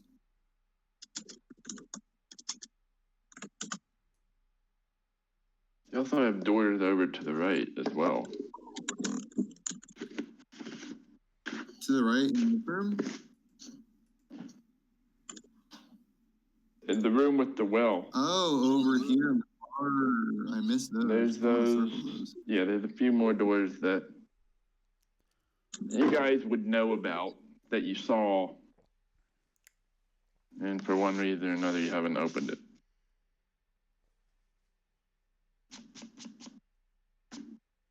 Well, if it's anything like what was behind the last door, it's not going to be fun. Okay, so do you guys want to do the southern doors or the northeastern doors? Look, you just don't know how much fun you're having yet. I'm having fun. Hell yeah. I mean, I know how much fun I'm having. I don't know about everybody else. I mean, right now you might be like, wow, damn, I just lost the level. My character died, but next morning you'll be like, man, that was a lot of fun. We can do this again. I'm pretty sure if another one of Klein's characters dies, he will cry. No. Just my next character I would turn the fuckery up to 11 when I was creating. You're making me wonder what that's gonna look like, and you're getting my excitement and curiosity lighting up. I saw a meme earlier this week about how a guy's third character was a loaf of bread being carried by Mage Hand. Yeah. Yeah. He said a bunch of his characters died, and his current character is a loaf of bread, a sentient piece of bread that carries itself with Mage Hand. What did he talk like Meatwad or something? I don't know. Just like bread. Is his name Breadwad? I don't know. You're just a loaf of meat. The only way I can describe his voice is doughy.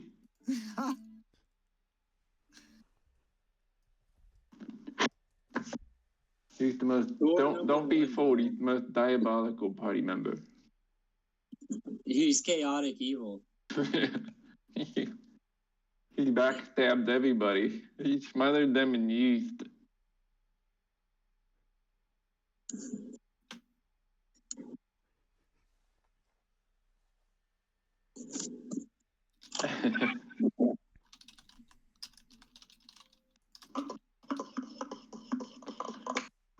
Where are you guys? Which way? Where do you guys want to go? Door number 1. Ah.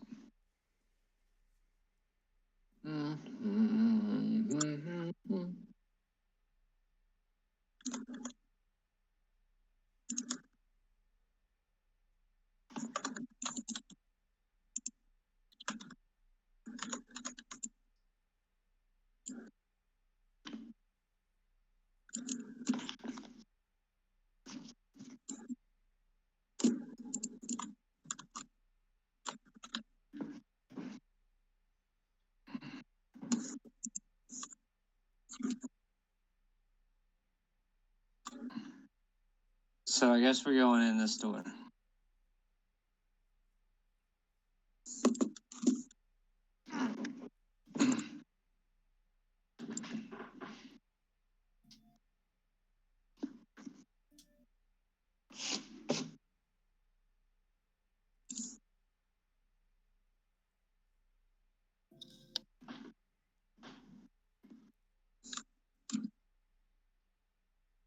I'm here. I'm just moving my laptop to another room real quick, but I'm with the party.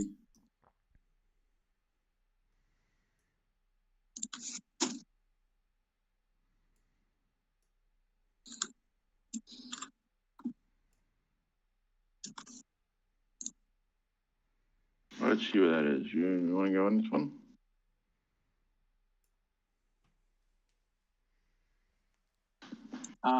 Can I put my head up to the door and see if I hear anything? Go roll perception.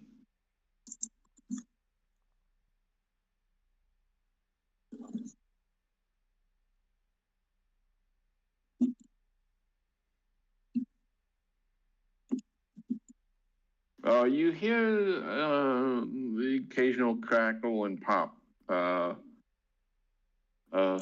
You almost feel some heat coming off the door.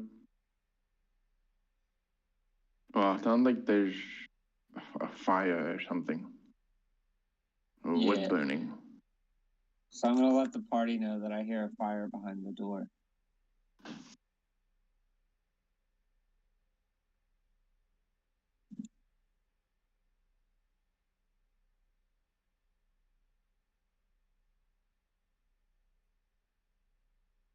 I'm gonna ask them if we should continue through it. Yeah. You let your echo open the door. Yep. I'm gonna step back.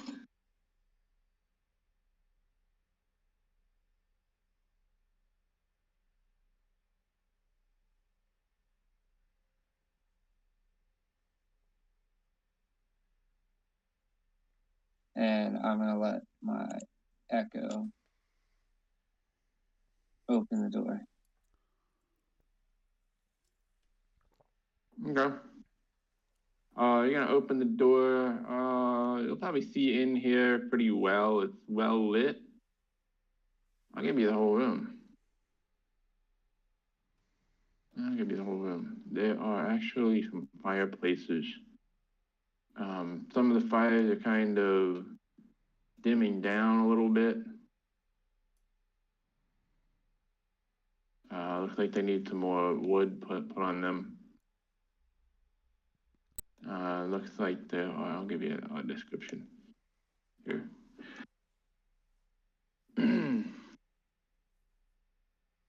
These stairs leading from the pillared hall and at a wooden door. Beyond this is the corridor that opens up into a large room lined with hearths. Room looks like it's serviced as a kitchen. All these pots and pans, cauldrons, kettles, scattered on the floor and strewn. Across the tables, there's an archway west that leads, looks like, as you glance over, a pantry. And a lot of the food stuff looks like they're, from where you are, you can pretty much tell that they're kind of in bad condition.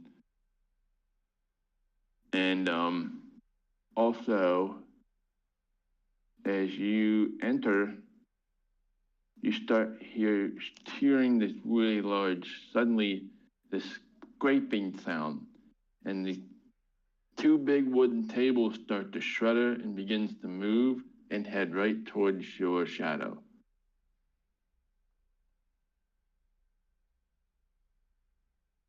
This starts moving, and this one starts moving. They start bending and twisting, and their legs look like they're moving as if it was some kind of organic creature rather than, well, wood is organic, but it starts moving and turning towards your shadow. So go ahead and get me, the initiative rolls, and I'll roll initiative for these things too. Let's go over here.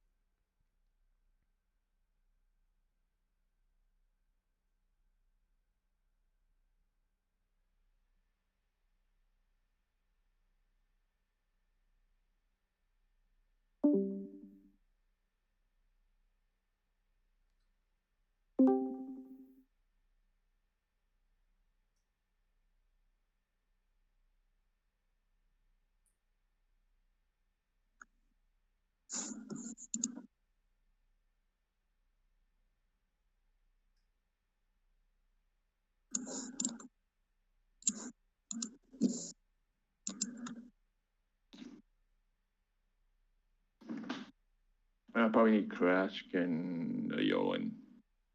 What's up? Initiative. I didn't hear anything.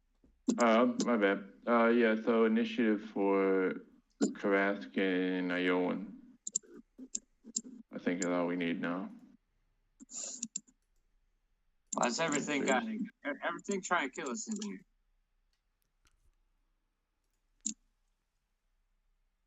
$21.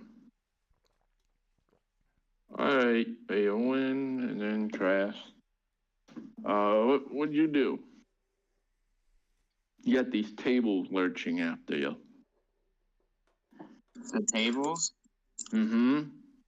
I'm gonna say in Dwarvish to stop. No, Dwarvish. I sure fucking do.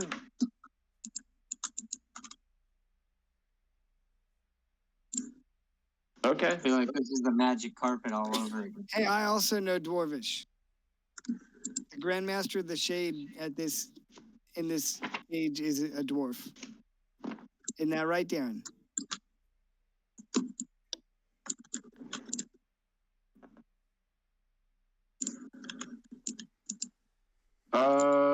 Okay. When you say that, they actually snap to attention and stop. And they just... Hey, what did you say? Sorry, I left the room real quick. What? I was asking what he said. I just told them he said stop in Dwarvish. And I'm reporting that the tables, they're sort of perked up and listening, almost like, you're talking to a dog or something, and you say a word that they know. They're kind of doing that.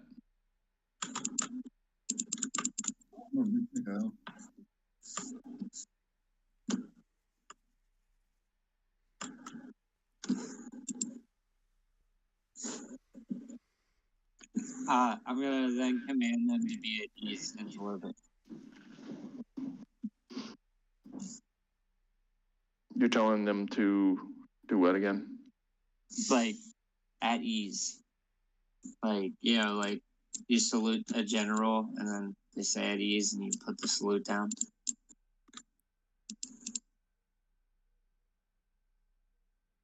Are you telling them to, like, chill out, basically? Yeah. Okay.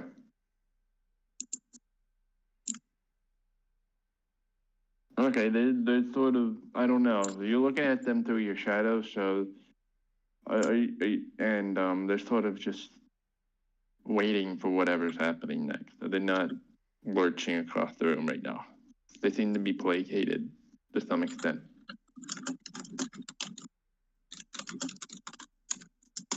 Okay. And then I'm just, I'm gonna end my turn.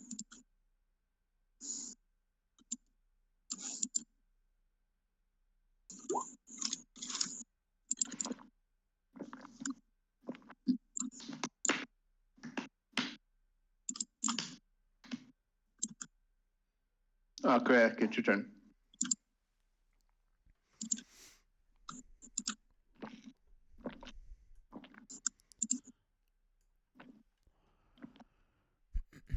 I'm gonna move down the steps and I'm gonna walk over towards the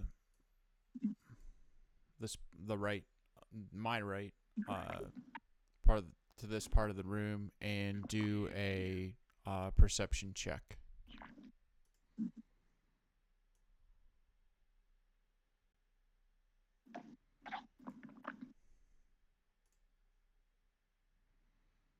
Okay, when you walk in, the tables start to shake and tremble a little.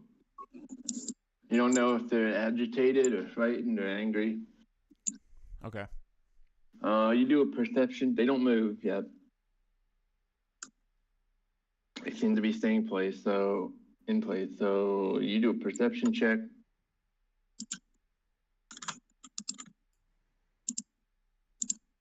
You can go ahead and roll it if you want, and I'm looking at where. Any dwarven ale around these parts?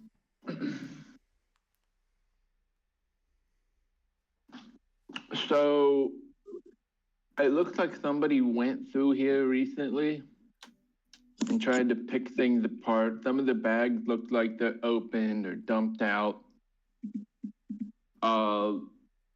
There's a lot of old rusty iron pots and pans, cutleries with that are eaten by some kind of rust or time, cooking utensils and other things like that that appear to have little value either in terms of their materials or as well as their use. Their function uh, doesn't seem to work anymore as it used to. So you see a lot of that sort of stuff around here, and as you poke around, it doesn't seem like there's a lot much else going on here.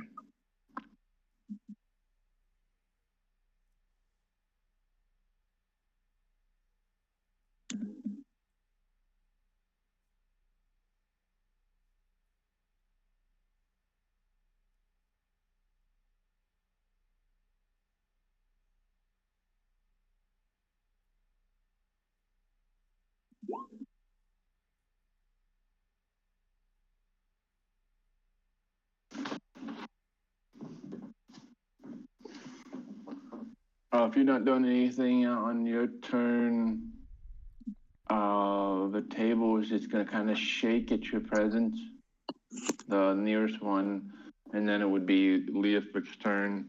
And also the other one's just going to do the same thing too.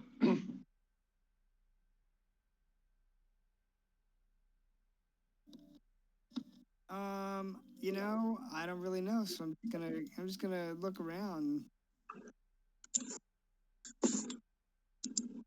When you come in there, they really start to shake.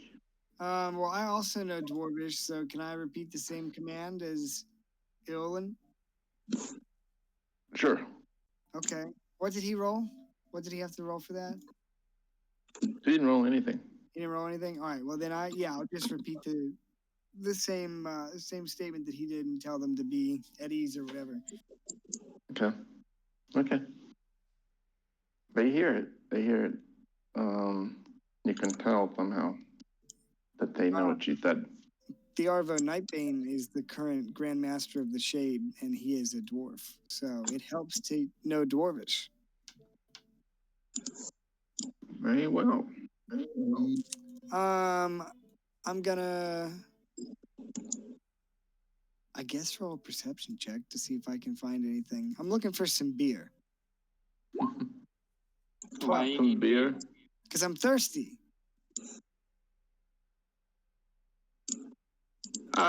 Just fought the Lord of Death. I have a thirst. You skate around the room, and in the corner back here, you spot what looks like to be an old cask. Oh. Thank you. I'm gonna say back to him.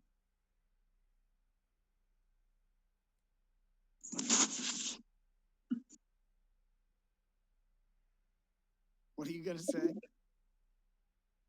I'm gonna look at him and say, don't think you should be doing that on the job there, buddy. Mind your business. Are you gonna punch me in the face and take your keys?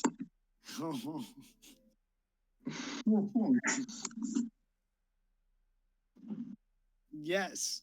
I'm taking my horse. I'm gonna go home after I drink this whole cask of ale. State your business. Watch out for me. You wouldn't want him to arrest you. Can I tap the cask and get a mug? Yeah, you can. Mm-hmm. All right. Does the ale look drinkable? I mean, does it look like it's in? Yeah, it looks drinkable. It doesn't have that fizz to it. It's a little flat. Oh yeah. Oh yeah. Oh, so it's been sitting outside 420 and it's the next morning. We don't need to refrigerate it. It's cold outside. Uh-oh, guys. The whole thing got skunked. It's okay. AK's coming up this weekend. Guess we got to drink it anyway. All right. I'll never forget that time AK ate Baltimore Road. Right by Weston's house. Just straight up ate it. The whole road. Yeah, he was going for glory with that jump from the hedge. It did not end well. He was he was ejected from our premises. I had to kick him out of my garden party. Yeah, he hasn't had the best luck over at your house. Well, I'll just spend my turn drinking his flat beer. It's a little flat. It's a little stale, but it's it's got that sort of dwarvish make to it that is very distinguishable. That cuts through even its old age. Excellent. That's the end of my turn. Oh, who do I got next? Leaf, what are you doing while they're doing this? All right, so I'm gonna roll in here when I get to this point and see what they happens. start shake. The tables start shaking at you. All right, roll the dice to see whether or not I freak out. You want what? You freak out? 10 or 11 or higher, I don't. They probably have never seen. Okay, I do not. I'm a little confused, but I'm not going to bite them. So that's my turn. I will probably dodge though, just in case, and then end turn. You just move there, dodge, and turn. Yep, they're kind of freaking me out, so I'm gonna hang out. Okay. Ayolan?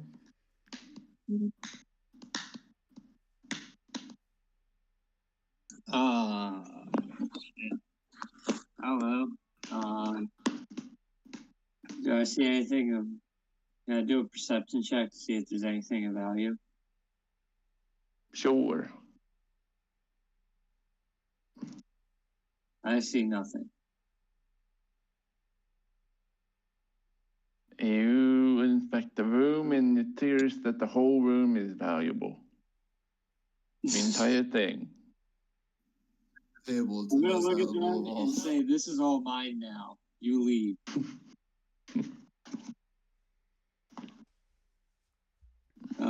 I'm just gonna dissipate my shadow and take a few steps back and end my turn. Klein, while you're drinking ale, this one just sort of steps at you and kind of just snaps at you a little bit. This table just sort of like it's gonna go for you, but it stops and it just goes back. After Yolan, we're back. We have Krask again. Let me see if I can find a good gift.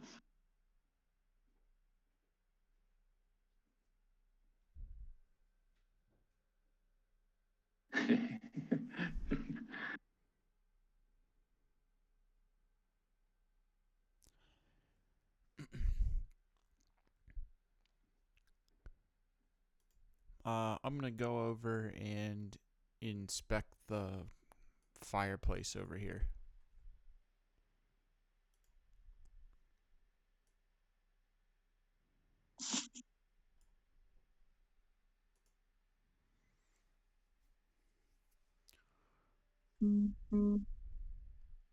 I guess I'll go ahead and make a perception check over here at the fireplace then.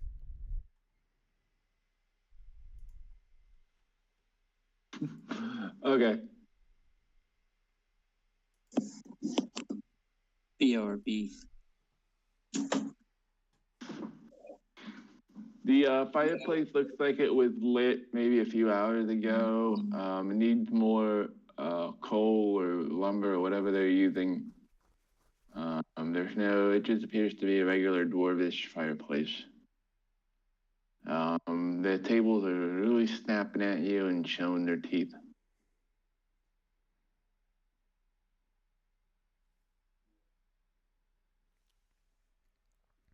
Okay. That's all I'm gonna do for now.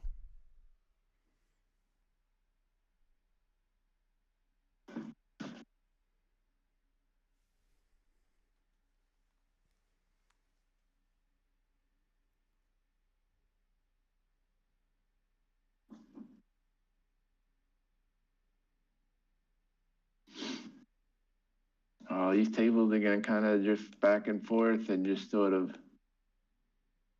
they start shaking a little bit more than last round. Then that's what they do. So next is Leo. What are you doing? I'm gonna finish my beverage, and I'll top it off with a nice at the end. And then I'm gonna turn around and see all these tables acting up, and I'm gonna tell them to, what did I tell them last time? At ease or whatever. I'm gonna repeat the same command in Dwarvish. Tell them they're getting a little uppity and they need to chill out. Start stomping their legs. There's two dwarves in a trench coat. Maybe. I mean, I'm wearing a big long cape. I could be.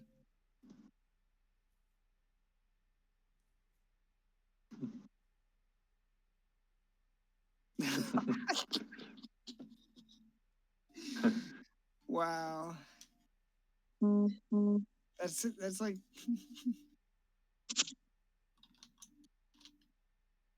there you go, Darren. This is you. Yeah.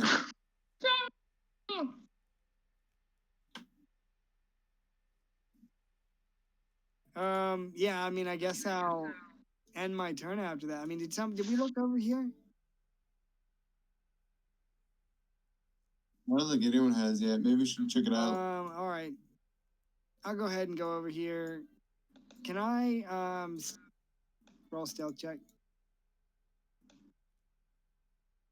20. A stealth check? Okay. This table is stomping at you, though. I told him to be quiet.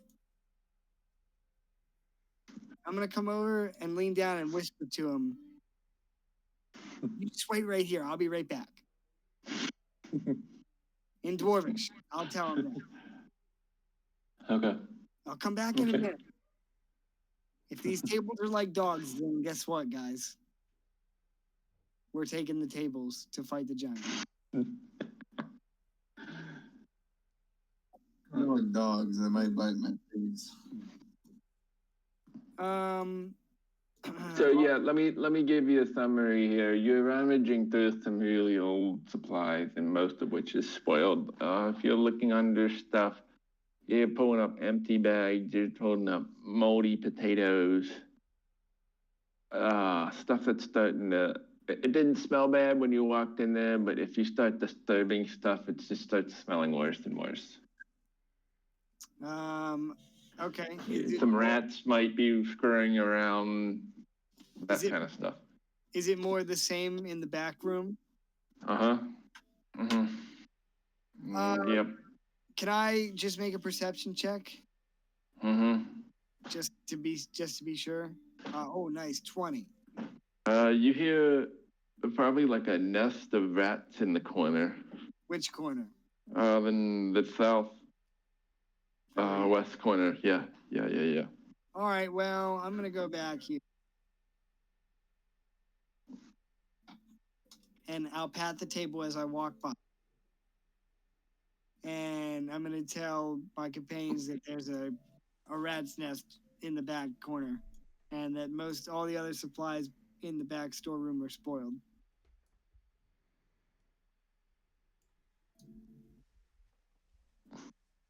And I guess end my turn.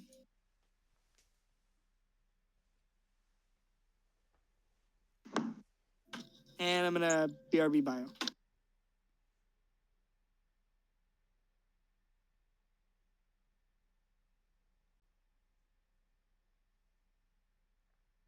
Okay. Leaf, you doing anything? Nope. I'm just gonna hang out, be ready in case anything happens. I guess I'll dodge just in case, but otherwise I'm not doing anything.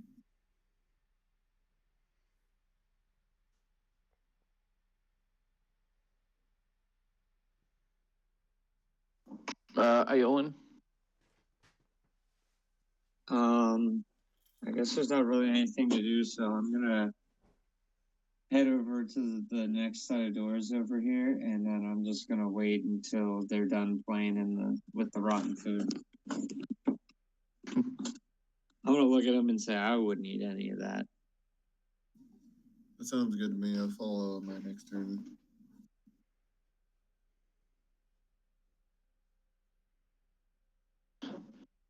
Krask?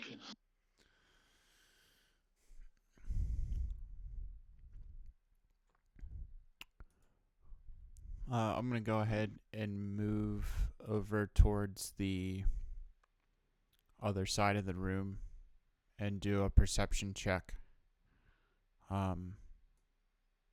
Like over here. Over there? Okay.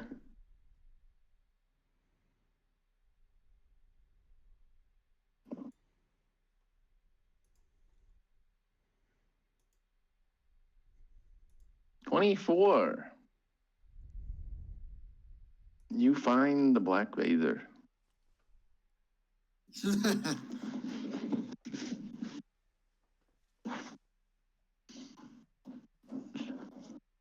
You find food that so spoiled an orc wouldn't eat it.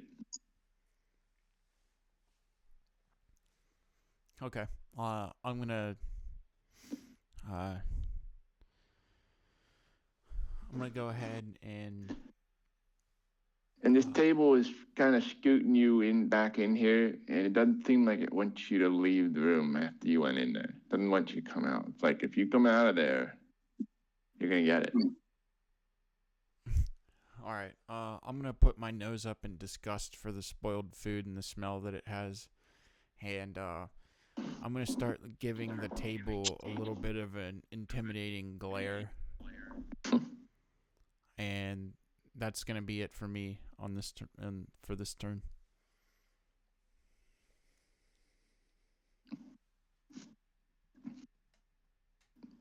Okay.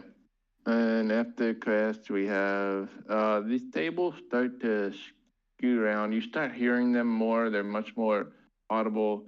They appear to be getting much more aggressive. You're not really sure how much longer they're going to before something happens. So after Leah, take your turn.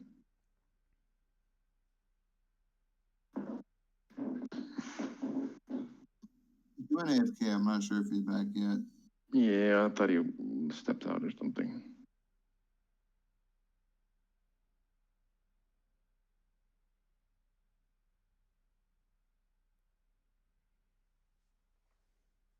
He's too busy petting the tables.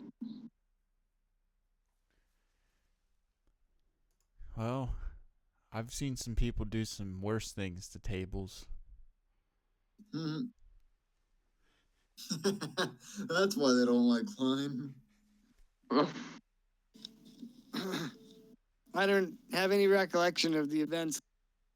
You must have me confused with someone else. All I know is I heard, "Yo, Brett, you got to check this shit out," coming out of Wes's mouth. Not Wes saying, "Craig, what are you doing? Stop pissing on the table." No, he immediately goes to get Brett to show him what's happening. Yeah.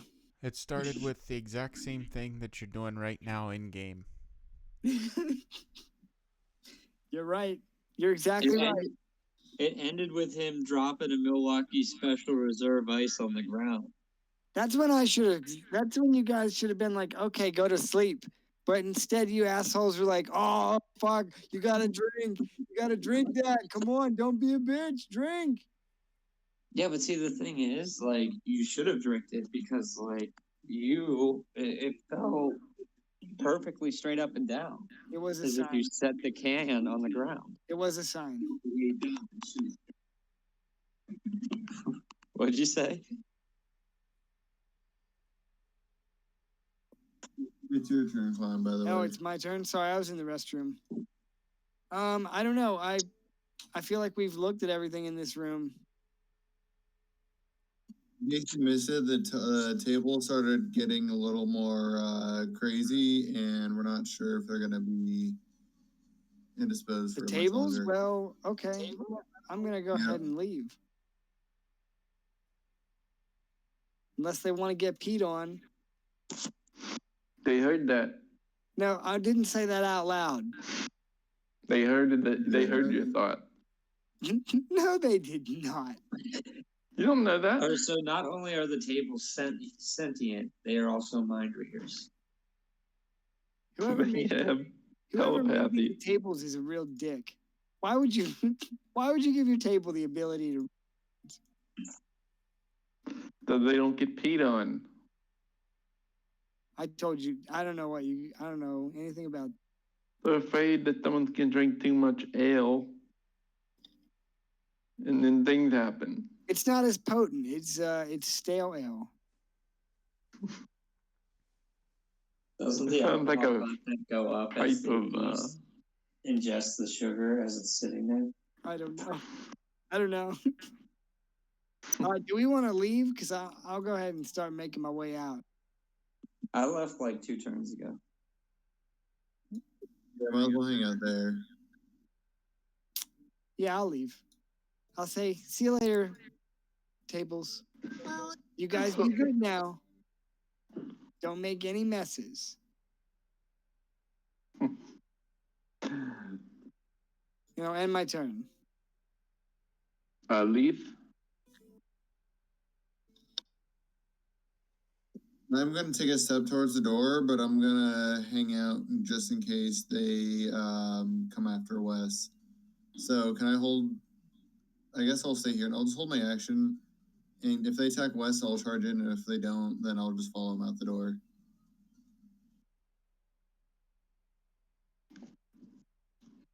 Okay.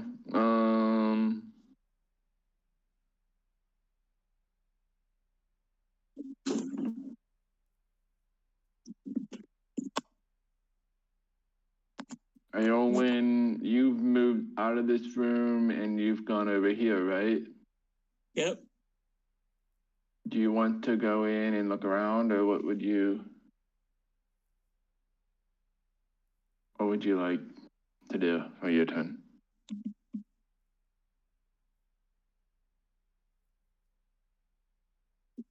I'm just gonna wait here until they're done with the tables. Okay.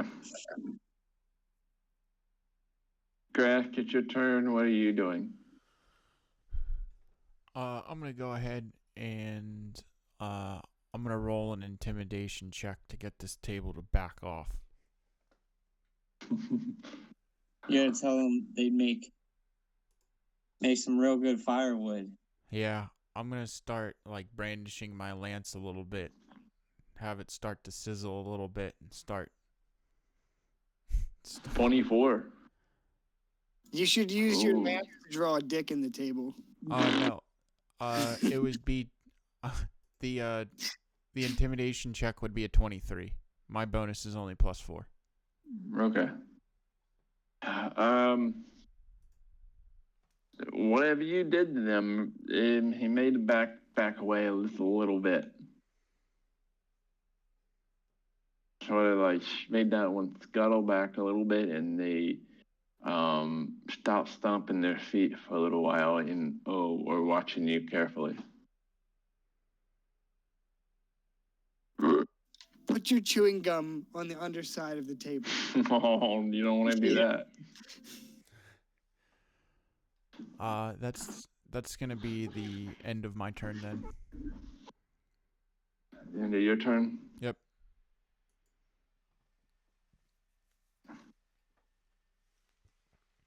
Okay.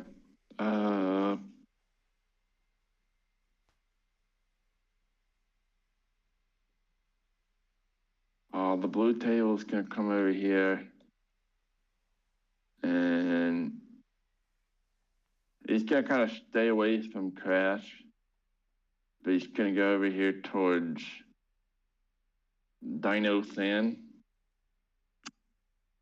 And he really doesn't care for dinosaurs, apparently.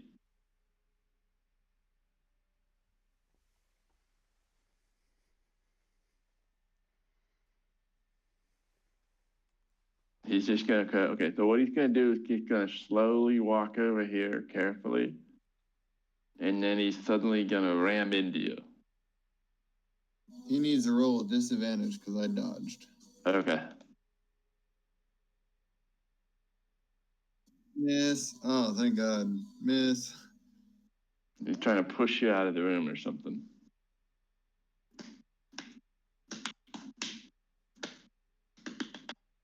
Leofik, what are you doing?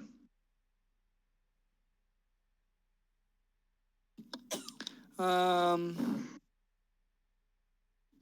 gonna go down here with Eolin, I guess. Okay. I don't know. Can I see in this room? Can I You see up the stairs, you can see probably see somebody's head, you can see a dinosaur tail. I'm gonna yell in that room, hey, you tables better not be misbehaving, or else. And I'll make an intimidation check. Okay. I gotta tell you, it's not good.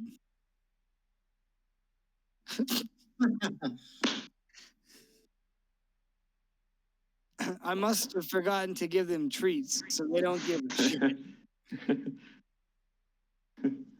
Anyway, so like I said, I'm gonna come out here and I'll bonus action dash.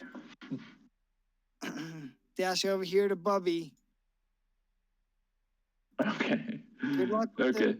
those tables. They're bad tables. Red table is just gonna move one square over here, but he's a little spooked. Leaf, your turn. They I'm look just like going to. oh, I'm sorry. gonna Oh, go ahead. Uh-huh. Go ahead. Go ahead. I'm gonna disengage. Where is he doing anything different? They look like they're looking at each other. I wanted to add that last bit of information. That they look like they're communicating, like they're looking at each other. Like are you? Kind of that. So I'm gonna disengage, and then I have 50 feet of movement. So I'm just gonna fuck the fuck out. You're gonna nope. Yep. Disengage, and then nope over after the F out of there. And that's my turn. Okay. I'm down. Back at the Yolan, Krask. If you want to do anything, Kyle, let me know. Otherwise, it's. I'm just gonna move.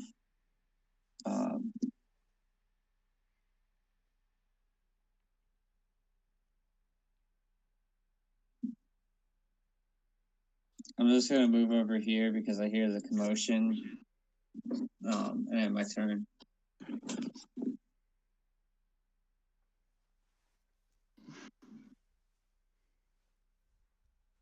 Okay. Krask.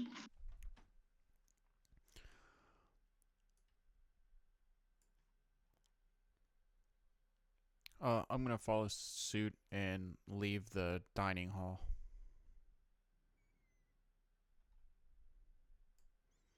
Okay. As you're leaving, they both sort of charge the door, and they you see them standing at the top of the stairs.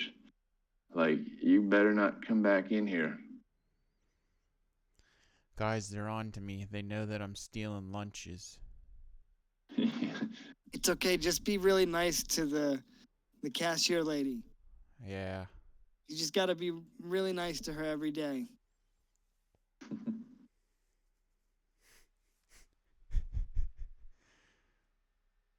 It's because I need to use my money for recreational activities. Hey man, it made a big difference at the end of the week. Everybody in this cafeteria has a tray except for those guys. I wonder why that is.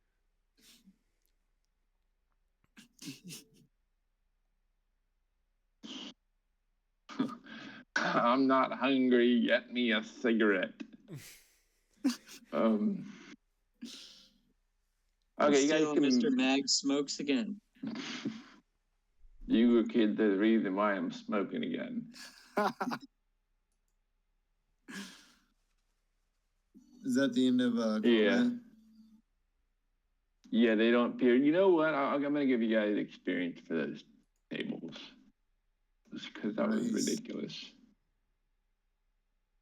I've never seen someone roll to intimidate a table. I had to use my mean voice with them, and they don't like that. But that's the only way you get them to listen. That's how I feel working in the kitchen. I believe that. Nice, 338.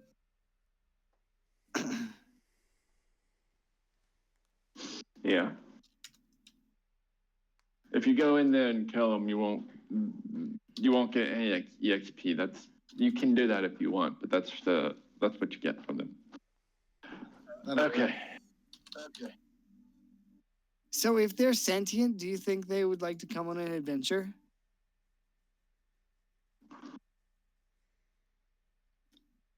Mm-hmm.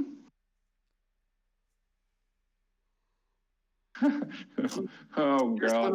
Here comes the troop of Ford adventurers, two animated tables, and then the list goes on. Do you guys want to see if we can recruit the table? Oh my God! Kill me! No, I don't think that'll happen. I can barely hear you, Darren. I was saying somehow I don't think that'll happen. The world will never know. Let's see what's in here. Okay. You guys going in here? Yep. I'm gonna give you this whole room. I want to stealth before we go in. Me too, actually. 23. I'm not even going to bother to roll the other. Reveal areas.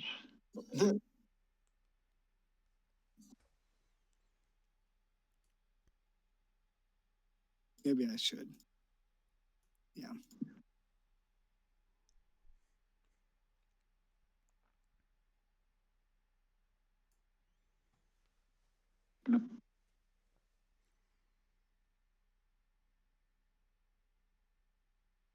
Ooh.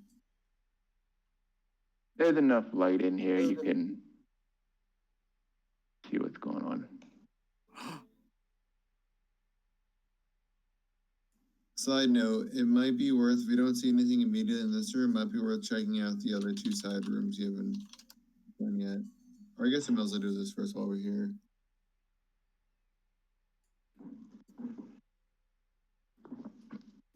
Okay, so let me give you this room description real quick.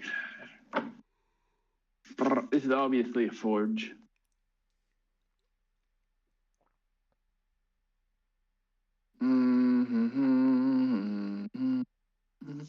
All right, you got double stone doors that you guys just pushed open into a barrel vaulted area containing several furnaces. The eastern end of this chamber continues into a large dark cave from which a cold wind moans. A stream of water rushes from west to east through the center of the room, crossed by two stone bridges. On the other side of this stream, is another furnace.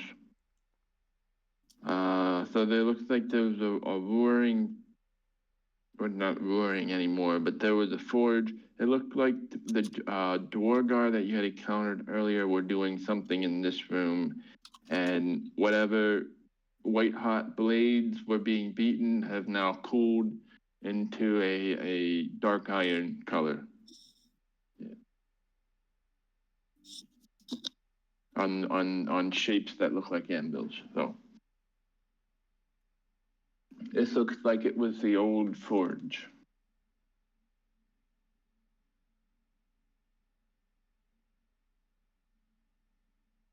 I knew it.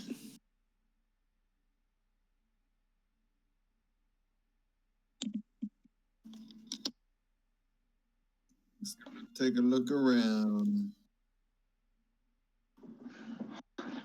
You want to look at that? Or what do you want to look at? Yeah, I'll look at the start here.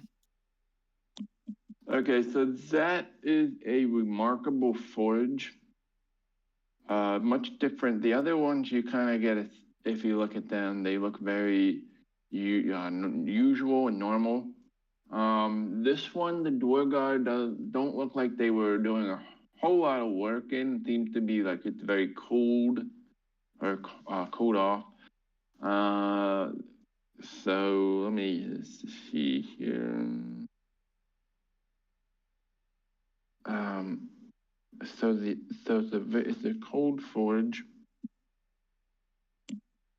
There is as you poke your head and look in it, you see what appears to be like, I don't want to say tubes, but there's some like metal, some kind of metal apparatus where something was placed there or put there. It looks like there's these, let's say, not cords, but there's some kind of wiring system, and they're supposed to feed into some kind of atrium. And there's looks like there's something that's supposed to be sitting right there.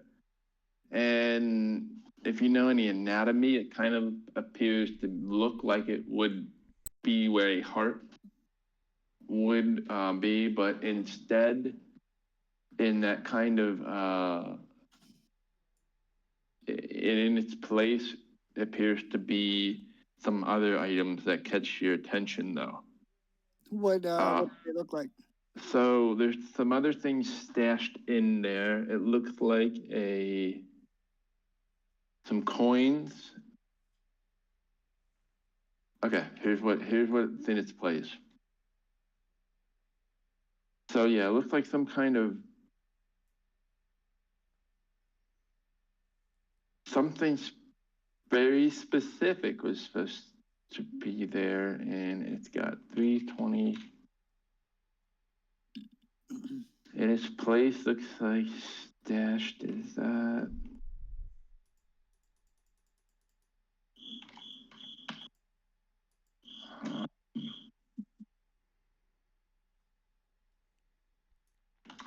Brass coins.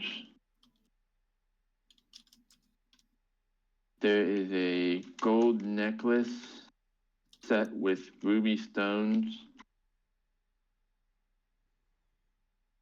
And just looking at this, looks like it has to be valued somewhere around 900.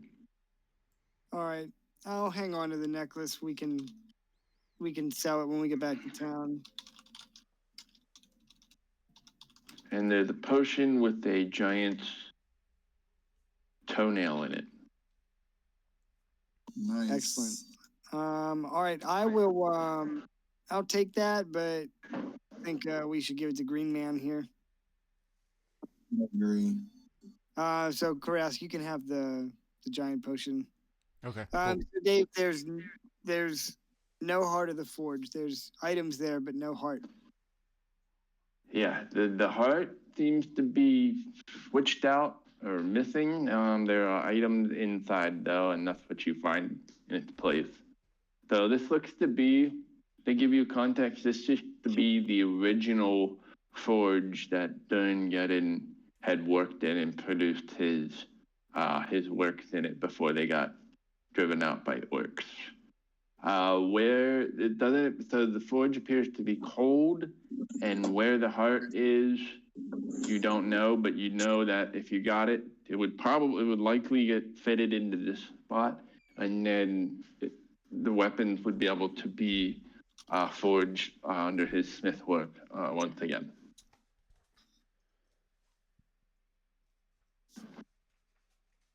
Okay. Can I make a perception check on the forge? I don't want to miss anything. Sure.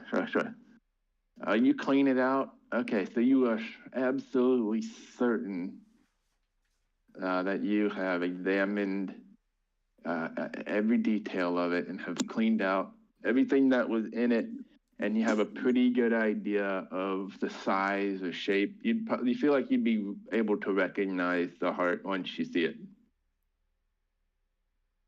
Okay. We might as well look around the rest of these, right? Looks like there's a sword over here. Mm-hmm. So I want to check that out. Maybe it catches my eye. I don't know. So as you're checking those things out, you can clearly tell these are dwarvish weapons, but they're not dwarvish weapons. They're more Duergar inspired. There's a uninspiring look to them, and it looks like they were trying to use these forges or try to unlock the secret to them or figure out why or what the original dwarves were able to produce what they were able to do with them. They're trying to crack the code, if you will. Okay. Does it? I mean, I don't know. Does the sword?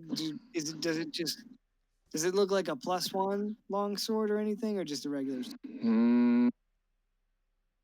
They look like pretty standard weapons to you. I mean, they got some hammers, some swords, some swords that looks like they're experimenting on, but they don't look like they have mounted to much.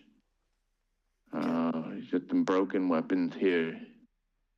Maybe even Could couple these hammers. Could these hammers be thrown? Yeah, oh, absolutely, absolutely. It'd be throwing hammers. Yeah. Can I? How many do you think I could find if I? Oh, 1, 2, 3, 4. Cool. I would say. Let me.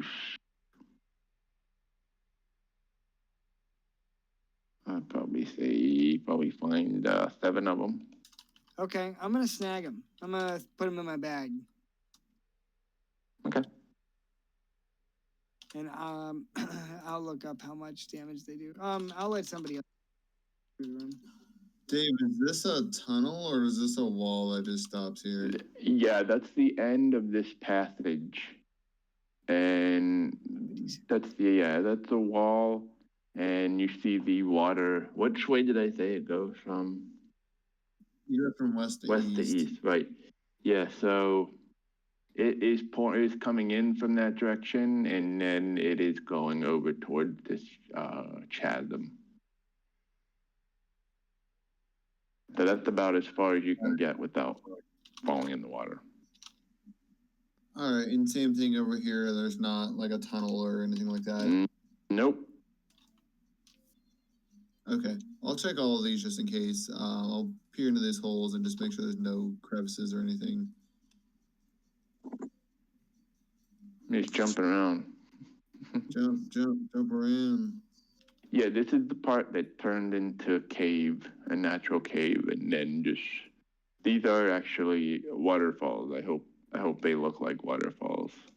Yeah, they do. Okay, cool.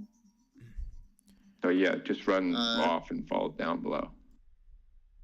Cool. So guys, it seems to me like we have these other 2 doors that maybe we should check out, and then we'll have to either go downstairs or try to hunt the lady that we weren't able to kill. But do you want to check out these 2 doors in the northeast first? Sure. Yeah, sure, man. I'm gonna go grab a drink real quick. Let me get up here and. Oh man, what happened? There we go. I'll make my way up here with the party. I moved my token, but I'm not up there by myself. Yeah, same.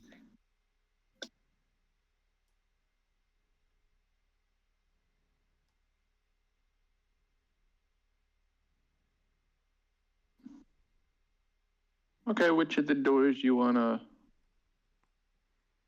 inspect? North door first. You going in?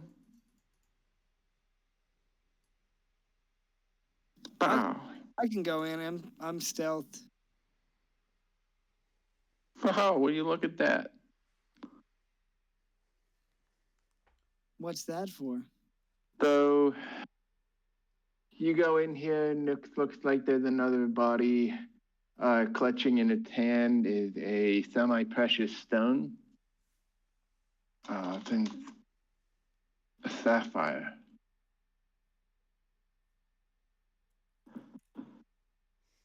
So this time I'm going to hand the sapphire to Leaf and the dust to Leah Frick. Yeah, there's dust in here. I don't have pockets of the dinosaur, so you can give that to someone else. I'm going to Or keep it. gesture for you to eat it. Okay. You're gonna have a really weird bowel movement later. Yeah, I'm not actually gonna eat it. I'm gonna spit it out. I'm going to... Quitters. Also, this one in here, it looks like a final battle took place between orcs and dwarves. There's just broken weapons and bodies in here. Okay. Isn't there a door here too? Yeah.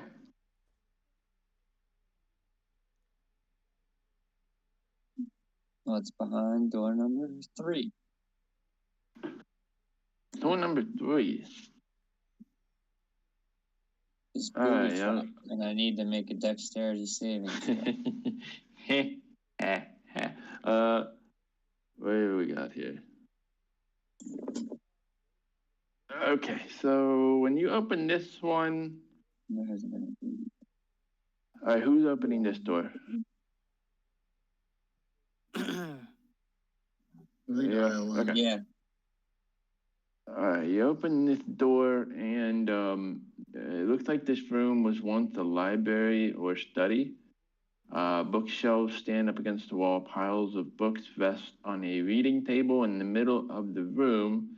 The air reeks of moldy paper. Doors exit to the north, east, and south. And there is also a beautiful, slender woman with long black hair sits in the chair at the table looking extremely sad. Her clothing, though well-worn, does little to distract from her appearance.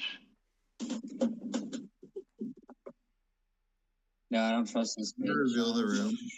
There we go. This is medieval times and a woman can read. She's a witch.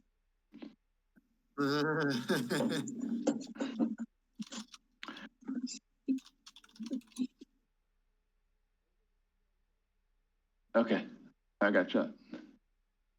So you just opening the door, and then when you do that, when you open the door, she turns her head and jumps in fright at your entrance, and she immediately gets up and goes for one of the doors. She I'm stops. gonna ask her to stop in Dwarvish. And that we mean her no harm in Dwarvish. Okay. So she stops and turns and looks, and she says, you're not. And then she looks like she's collecting her thoughts. She then says, please release, wait, hang on. Dwarvish. Let me see if we know.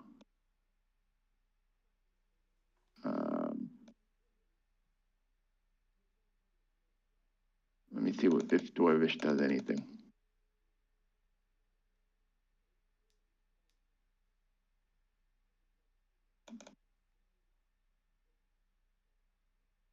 Oh, I'm going the wrong way. Shit. Tell you what, taking the time to learn Dwarvish was a good idea. I mean, it makes sense because my character was like up in the mountains, and the closest town was a Dwarvish town to where he lived. So he would go do his trading with the dwarves.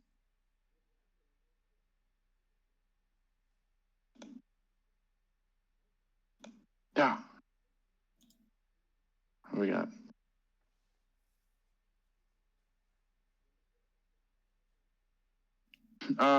Does not seem to. She says, do you speak common? I'm gonna reply yes. Okay. Then she says, I don't know who you are, but she starts to plead with you. So she says, please release me from captivity. The mad swamp beast, he has imprisoned me here. Oh, fucking Randy. Goddamn cheeseburger loving Randy. Is that what you say? Yeah, I'm actually gonna say that. I know not of this Randy you speak of. Fat guy, oily skin, eats a lot of cheeseburger. Hangs out with a drunk. She's like, I'm sure I would have saw that. I don't see very much here. How many of there are you?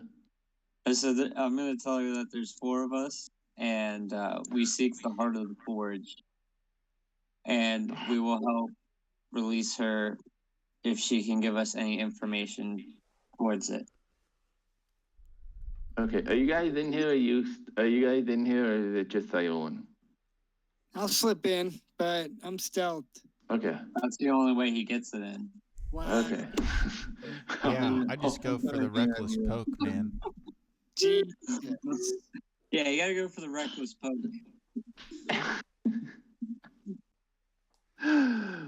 Okay. So she says you're adventurers? Yes, we were sent from a faraway land to recover the heart of the forge.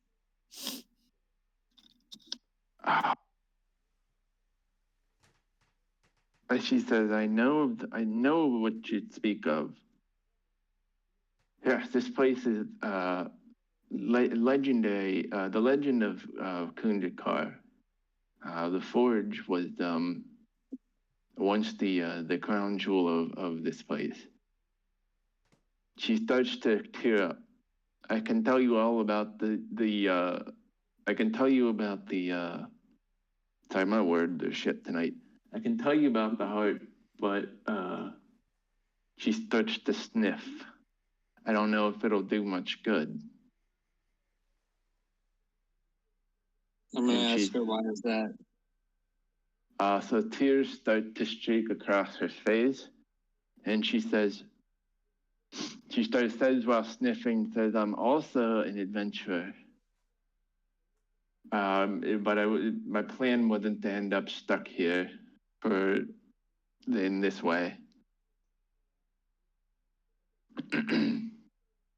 She introduces her, thank you. She introduces herself as Idala. Idalla.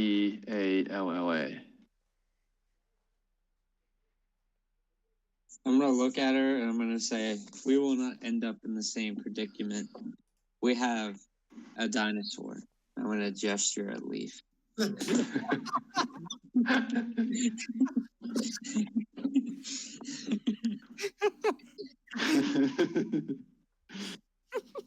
She says, I don't know. She says, I don't know how much good that'll do us. He might be back at any time. Please, you need to help me. And she starts to get frantic. Listen, I'm an adventurer too. This is what happened to me. My best friend, whose name is Dortal, is an elven thief. Well, she was. I saw a notice on an inn far south asking for adventurers to explore the wondrous treasures and the legends of Kunjakar Stonetooth. The note was placed by an eccentric cleric who we joined party with. He called himself Amit Bagat, I'm not really sure. Really not sure what his name was. He was a stranger at first. Large eyes that protruded out of a dark and spiny shell. He spoke very little, but his information was correct and we agreed to split the treasure, so we trusted him. When we got here with the help of his magic, his true intention became clear. Dortal, my dear friend, was left for dead, while he imprisoned me here. And while he has thankfully not harmed me yet, his sick mind thinks any day I will now take a liking for him. That disgusting, mendacious reptile. No offense to you, Mr. Dinosaur. But then he will say, if I don't come on to him, then he will use me for a study on prolonging life, she exclaims. She turns and looks at the wall. I don't know what is worse, his advances or whatever foul process he seeks to carry out at my expense. Any day now, he says, he'll be ready if I don't give myself to him.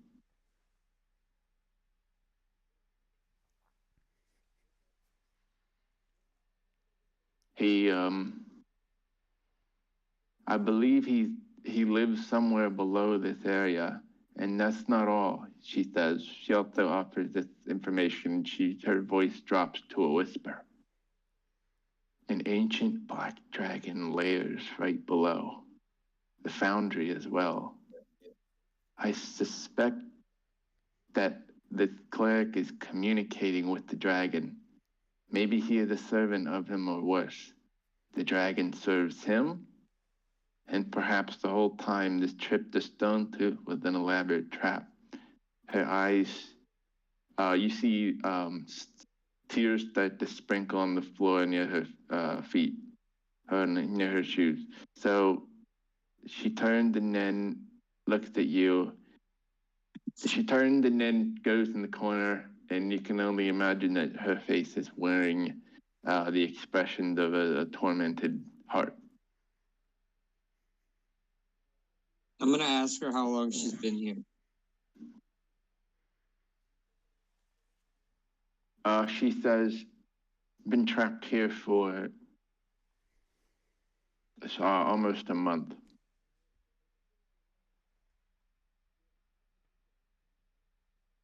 With nothing but these books to all these old books about the legend of Kunjakar, the writings about the forge. That's how I know about all of this.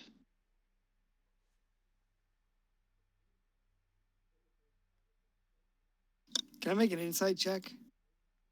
Sure. 16.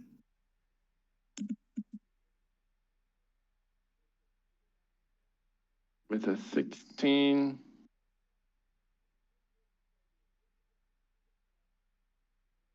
Where are we at here?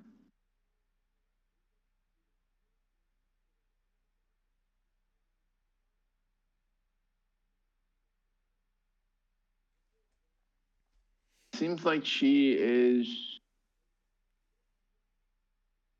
Everything she says just seems to have this. Seems to be true. Doesn't seem like she is. Seems like she's very upset. You see the emotions that she lost her friend. She were companions, and she said her friend dead here, and she's kind of repulsed by whatever it is that the intentions are of who's keeping her here.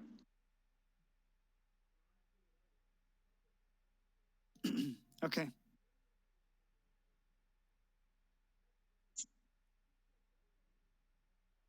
And she starts to sob in the corner.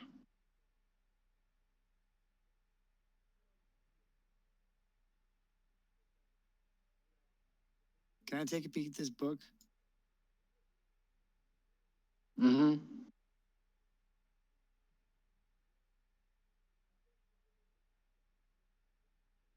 In the book,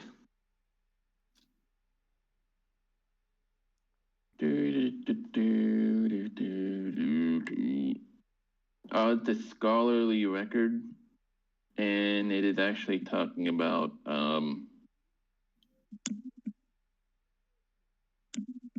it's actually a book about the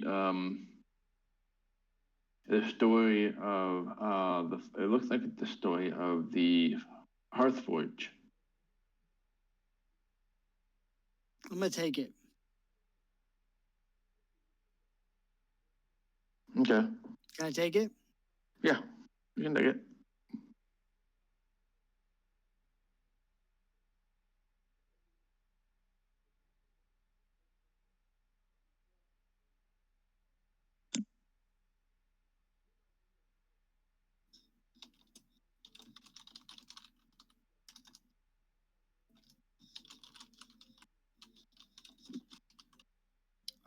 So there's an ancient black dragon that lives right below us.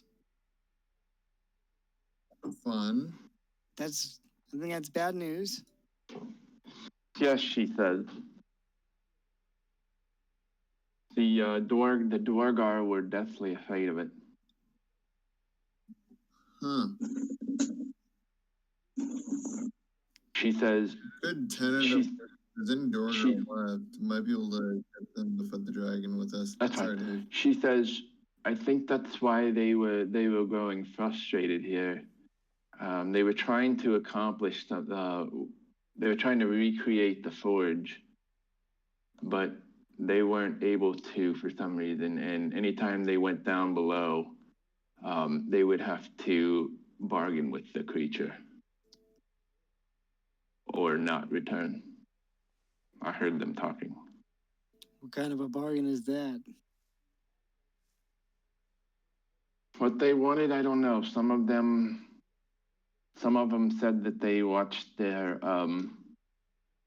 companions melt up into the bone from the breath of the dragon.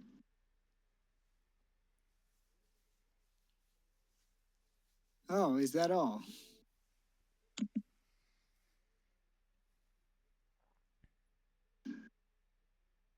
Is that all? Yeah. I turn back into Leaf, but then I also want to, now that I can talk, want to ask her if she knows anything about the Heart of the Forge.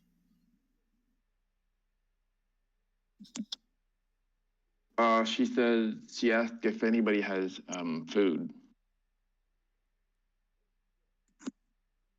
I have some food. Yeah. Go for it. I have 11 days worth. We have more She than can, me. yeah, she can have some of those. Okay. No water though. I only have 2 water skins and I need them. She said, oh, that's okay. How about some nice stale ale? She says, I don't drink. And she starts eating the rations. She starts eating the meat first. She doesn't drink alcohol or she doesn't drink at all?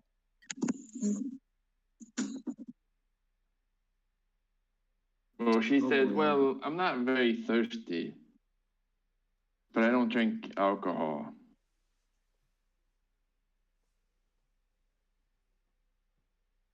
But if you do, no judgment, that's fine. I don't, you get companions when you're adventurer. Some drink, some don't. You don't. Does anyone You would know. Does anyone have water Yeah, for the Dave. lady? Before that, Dave, can I use detect magic and to see if I sense any magic or magic items in the 30-foot radius? Oh, any magic items? Yep, any magic or any traces of magic in like a 30-foot radius. Okay. First of all, I will go through and say you can detect all of the crystals that you guys have. You detect the rapier, the longsword. What else do you guys have? The ring I have, the ring of The spell ring, yes, the ring. I don't know if you can detect the potions and scrolls. Do they count as magic?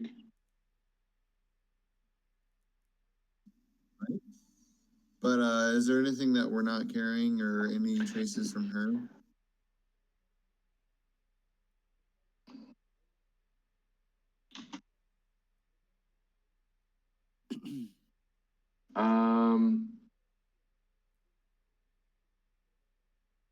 Yes, I think you can detect scrolls as well. You do detect some, I guess that kind of gives it away. There's some magic paper somewhere coming from this direction. While this is happening, I'm going to peruse through the books and say that there was a turtle that would really enjoy these. I'm gonna ask her. I'm just gonna say, do you mind if I look in this room? It's my She looked at you and she turned red. She said, "That's my bed chambers." Oh, well. But she didn't say I'm no. yeah, right. She didn't say no. I am sensing here. I was gonna ask, like, do you mind if I look around just for your own security?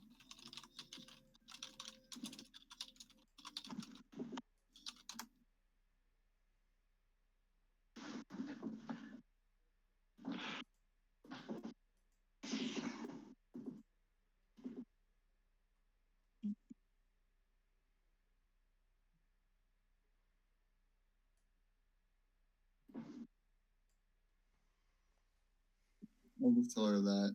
I think it's important we see what's in this room.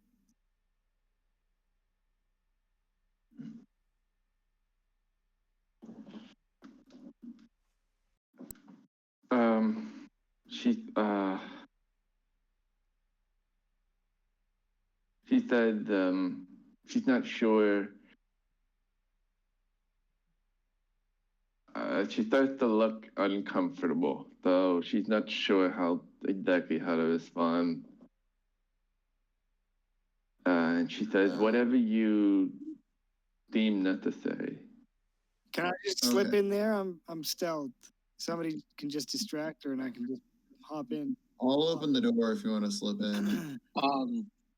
I'm gonna step over and talk to her, and she said that she was an adventurer. I was just gonna ask her like what skills she's proficient in.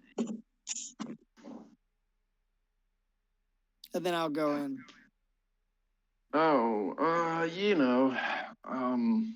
she says, "I'm good at finding my way around. You know, I'm a monk. I know how to use my fists. I know how to punch. I might not look like much. I do my best not to. Well, she holds up her fingernails. They're not in the best shape right now, but I do my best not to break them." You going in there? Yeah, while she's distracted, I'm gonna slip in there quick. Okay.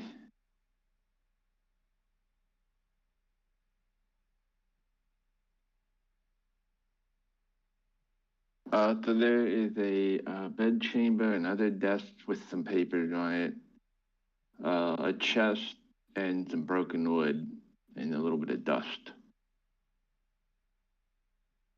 All right, so I'm gonna slip in, and I want to examine the desk, the chest, and then lastly the bed. In that order, and I'll roll a perception check. Fuck, I only rolled a 7. Okay. Oh, Darren, does guidance work on perception checks? Yeah.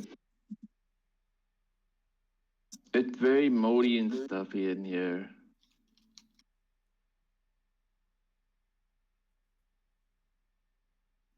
If they will let us retcon that as you're walking in, then sure.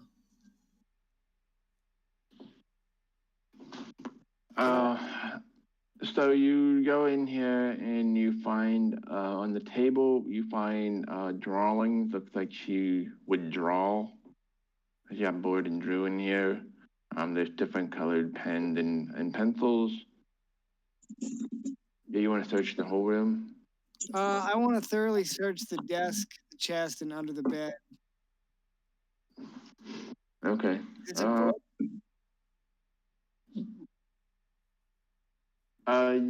Yeah, it's like a book. It's like a book of some type.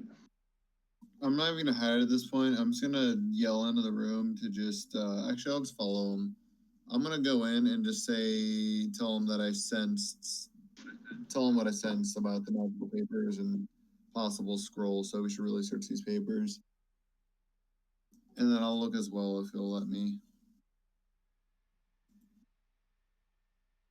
Oh, are you asking me? Yeah, I don't. Yeah. I'm at Dave. You're looking at what? If you'll let me search as well, I'm gonna search Okay. since I know exactly what to look for. Okay. Looking for papers. Okay. Well. All right. Well. Okay.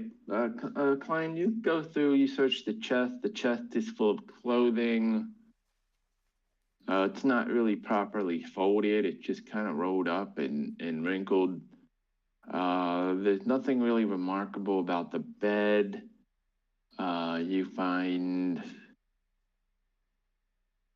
under the bed, you find, I guess, some things that that would be embarrassing to find under the bed, and then also Leaf. You kind of. What's that? What kind of embarrassing things? Here, let me see if I can.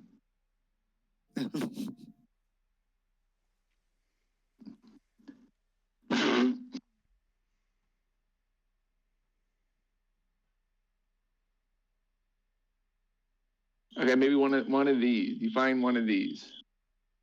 Good job. And I'm gonna pretend like I didn't see it. I think I got a cricket in my house. Then you start looking around and you find who knew? You found a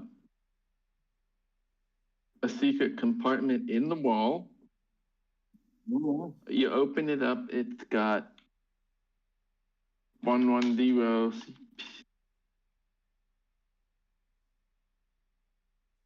It's got a cat's eye gem worth 70 CP.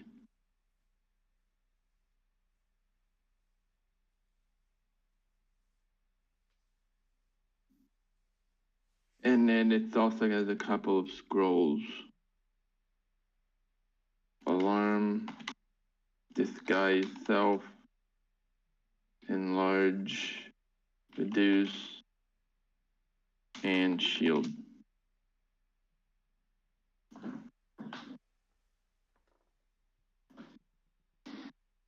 Yeah, it's a +1 wand.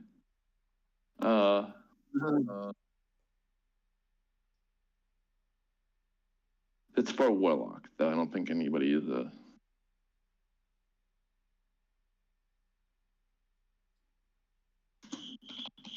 Cool. I'll take the scrolls, and again, I'll probably use those put into the wand for later for somebody.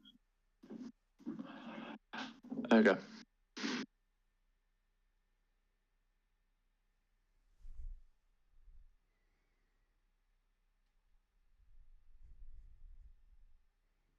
She's looking around the room. It's like they appreciate the help, but they have to be so intrusive. And she scans around the room and she looks at Krask and she says, "Hey, what's your name?" I'm going to say, ma'am, your questioning's with me. And yes, I'm sorry we have to be intrusive, but we're with the Special Victims Unit.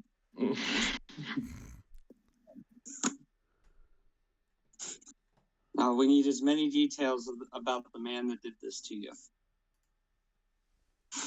Sure, I can tell you anything that you need. But did you guys come from the Glitterheim?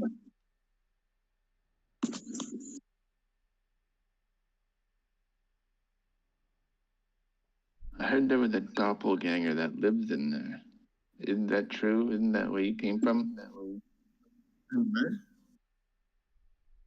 The doppelganger. What And was did you see the ghost? What was the name of the place you mentioned? The Glitterheim. It's a big natural cavern. There's bioluminescent fungus. It's were you guys there? I mean, you kind of have. I can't imagine getting here without going through that first. We were there, but I don't recall seeing a doppelganger. Well, that's what mostly about doppelgangers. They don't notice them until it's too late.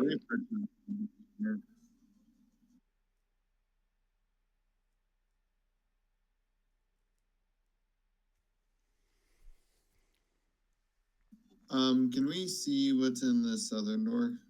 Oh yeah, it's a study. I suppose if you've searched my bedroom, you can go in here too. And I didn't sense not any complaining. I mean, I'm not complaining. Of a captor if he left her a magic wand. What's this? It's some kind of dwarven timekeeping device or sundial of some type.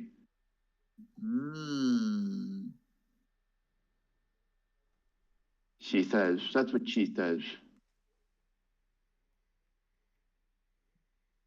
Not really sure what they used it for. I'm sure one of these books will tell you. Well, I'm good. I'm not sure what you guys want to do with this lady, and also if you want to go downstairs here or look for something else. I'm assuming downstairs. Why doesn't she come with us if she's a monk? I agree with that. Yeah, let's ask her to come with us to confront the dragon. The dragon? No, not the dragon. I need to leave here.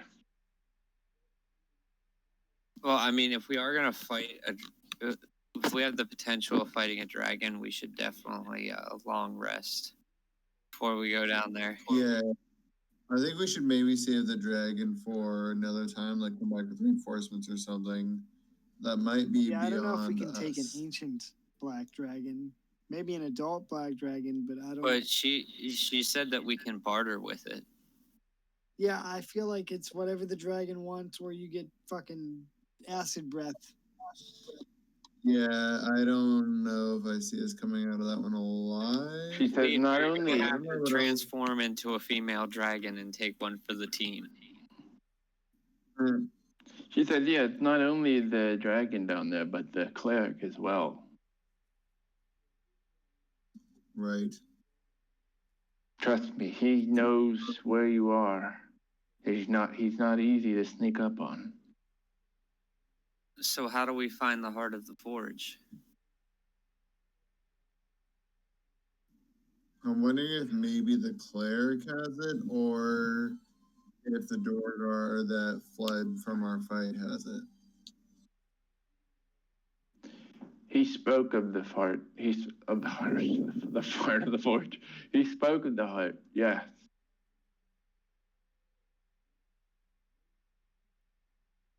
If that's the case, then we may not have any choice but to go down. It's possible to maybe take out the cleric without fighting the dragon, but it would be hard to pull off. So I'm not really sure what you guys want to do.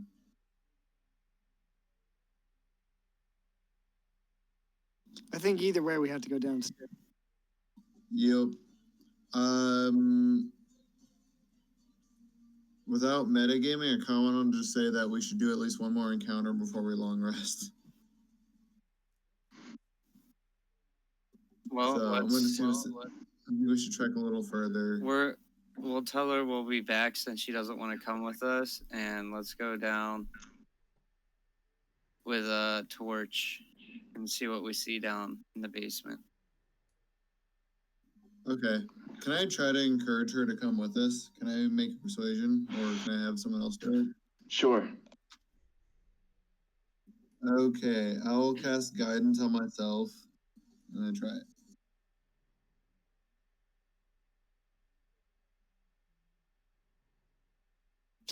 You know who'd be great at Oh this? God. Is a paladin that's in the ground. Yeah, you Yep. would crush it right now. Except Maybe. So I got a 4. I'm gonna tell her like, yo, we could really use your help. Okay. She will say, look, how confident can I be that that the cleric won't just wipe you guys out, and then I'm have to face the wrath of him by myself. Because I want to. there's 4 of us and 1 of him, and you can just tell him we forced you. Or you can go down there and pretend that you want to come onto his side, because that's what he wants you to do. And then you can just kind of betray him at the last minute.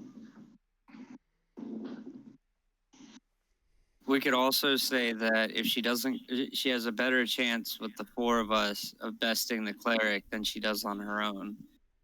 Yeah, that's true.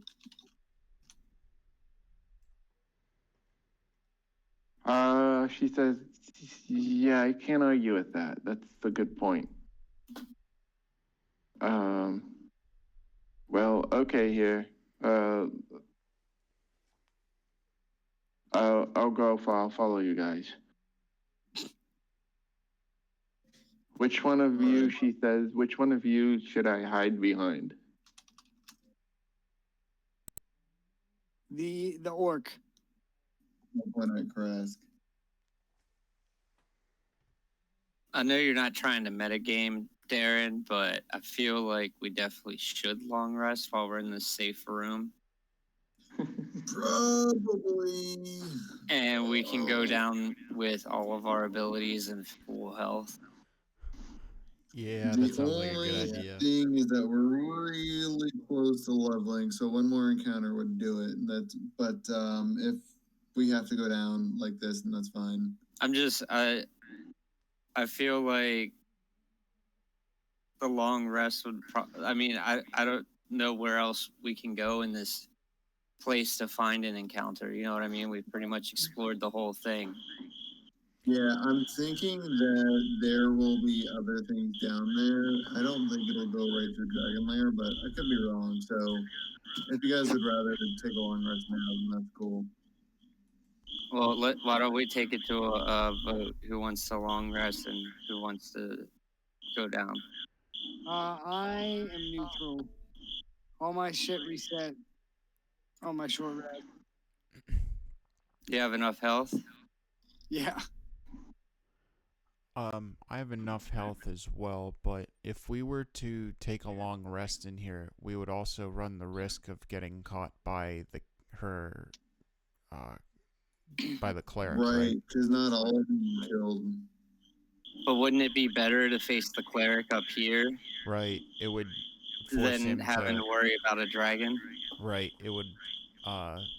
We could kind of get the jump on him if it was just him. The only thing is, we also don't know for sure that he would come up here tomorrow, for example. Like, we could wait a week. Or we could ask her. I guess I'll ask Adala. Does he come up daily, or how often do you see this cleric? How often does he? She says, I don't know. I feel like he'll be back any day. Sometimes he leaves for a few. So we can do that. However, if we wait and less time to bring back Kairos, potentially, is the only downside to waiting. And also, the longer we wait, the more damage the giants can do to the castle. Can I ask the monk what does the scouter say about his power level? Is it over 9,000? Who's power level? The cleric. The cleric. Yeah. Oh, he is he's a terrifying, scaly creature.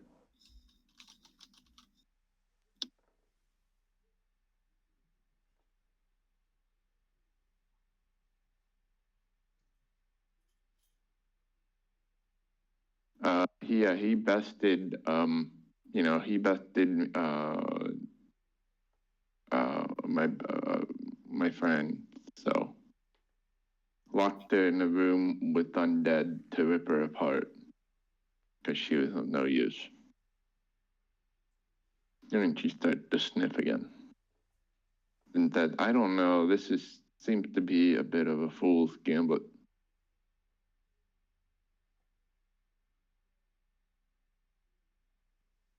But I don't know what other choice there is. Yeah, what are her choices? She can continue to complain, or she can just move forward.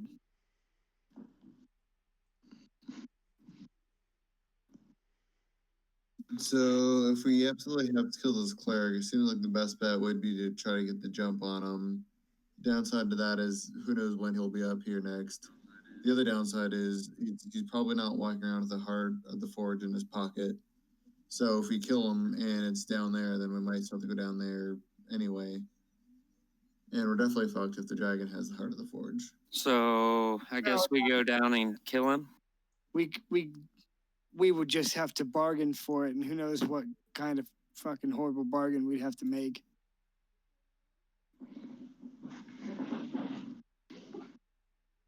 Yeah. Yeah. I mean, if we're lucky, he just has some work or some sort of quest or something we need to do, but you probably would want material items, and we don't have a whole lot other than those primordial crystals.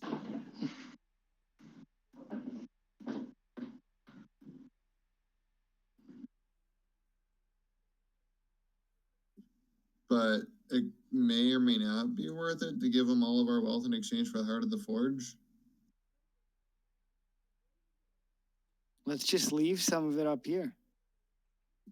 Yeah, but if we leave some of it up here, then who knows if what we have would be worth it. I have a ruby necklace that's worth 900 copper pieces I can just store up here. Or we could give that to him. That might be, I mean, I don't know if that'd be enough, but we could just go down there and just tell him what we got. And because the heart of the forge is probably worth more than everything we have. Yeah. Well, we won't know until we get downstairs. Yeah. So I guess maybe we should rest then. Maybe lock ourselves into the study and then rest. Take a long rest if that's what you guys would prefer to do. Otherwise, I'm okay with trying to go down now.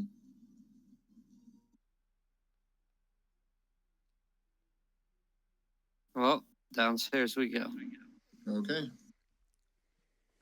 We can just be super cautious downstairs, and if it looks too dangerous too quickly, then we can come back and long rest, maybe. Well, if we go downstairs and give my shadow a torch, he can explore while we stay near the staircase in case something happens. And then maybe if I run into the black dragon, I can have a conversation with him. True. Okay, might be worth a shot. Is everybody okay with that? Yeah. Okay, because I don't want to push anybody to suicide if that's what I think we're doing, but yeah. I'm surprised I didn't sense the black dragon or anything when I was down there last time. That might mean he's like really far back.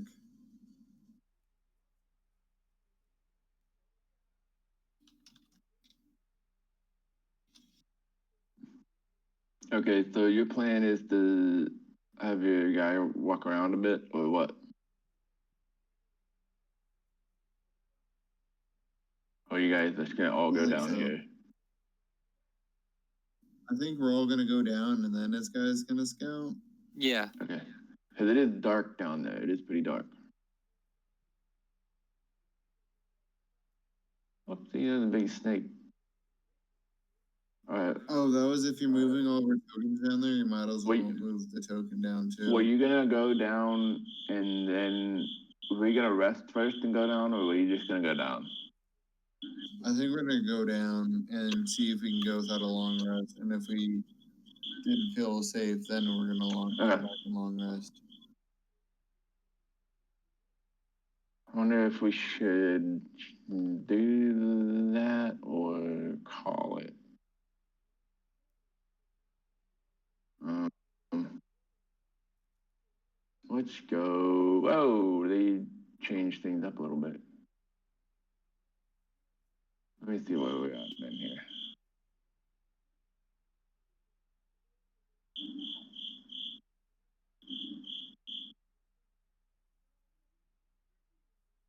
A little blurry. Yep, there we go. We're good. Perfect. I'll grab everybody and put them down here. Doo-doo-doo-doo-doo.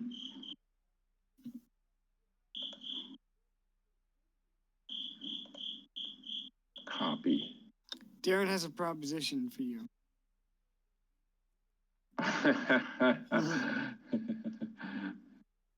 That's funny.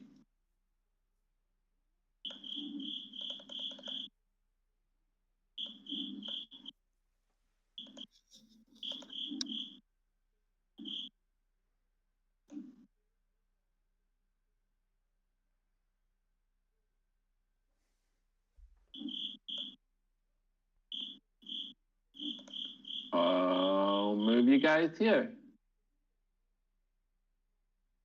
You creep down a 120-foot ladder.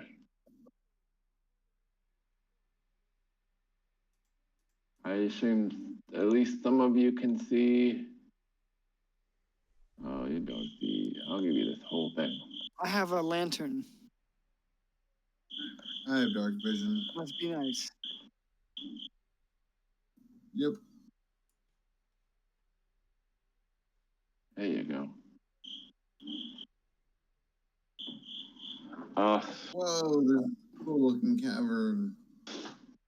So let me give you a little bit here. There's a thundering spray of water that fills this chamber, pooling and flowing out to join a larger river to the north. The air is very damp, and the roar of the waterfall is deafening, so you're not really worried about being heard right now. A broad ledge heads up north towards the river and then turns out of sight to the east. The muddy bank of the pool looks disturbed by tracks of some kind. Which way do the tracks head?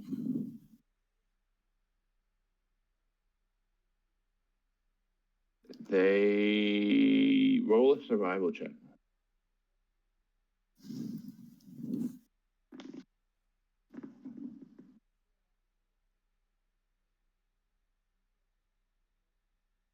Okay. The check identifies that the tracks as those of a large reptilian creature with 4 feet and a long tail. The tracks lead away from the hard stone ledge to the north, and it looks like they go into the water. Okay. I'm gonna have my shadow carry a lantern, and I'm gonna go across the bridge here Mm-hmm. and start making my way down this way to the other bridge. Okay.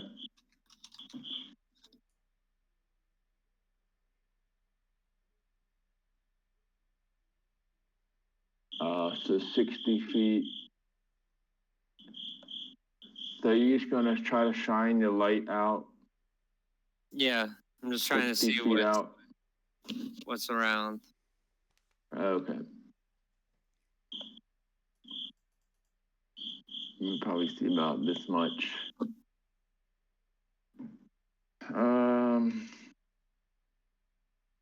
Oh shit. So a fast-moving river underground roars from east to west under the stone bridge that you just passed. The bottom of the chain ladder is near the south bank of the river, or on the north side of the bridge. The ledge continues east. After a short distance, the ledge continues leading east bend to the south, and the second bridge surmounts the river. Maybe I was supposed to read that a little earlier. Here we are. The dilapidated bridge leads to another ledge that winds southeast along a very large lake. That's what you see. Apparently the source of the underground river. The cavern is quite large. The lake's far shore is lost in the shadow, and the echoes of water seem to indicate a very sizable cave. Okay. I guess I'm gonna try and jump across. Okay. Whoops. The ledge. Yeah, you can jump across those ledges. Do I need to make an acrobatics or anything? What's your strength score? My strength is 14. Okay, I think you can get across there. Yeah, you can get across there. That means you can jump 14 feet. That's plenty. Okay, and I'm gonna jump to this one.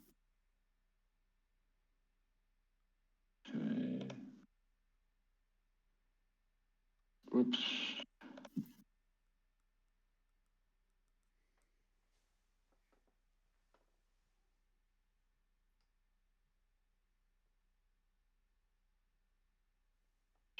You'll give me that too. And you're starting to realize how big this place is. Yeah, it's pretty big. And then I'm gonna jump to the next one. Okay.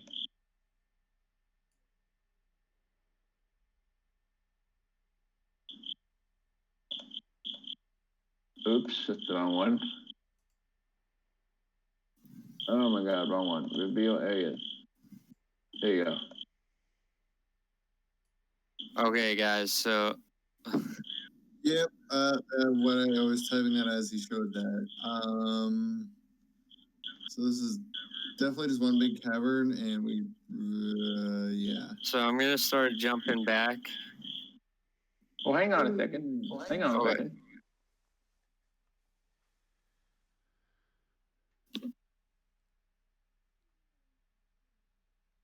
All right, so go ahead and roll initiative real quick.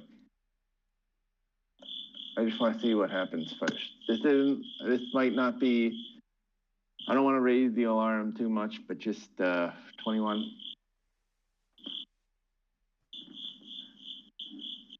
What else did this, Kyle? I think it's just me because I don't know if it would have hurt anybody else over there. And this is why we sent my shadow. Yep.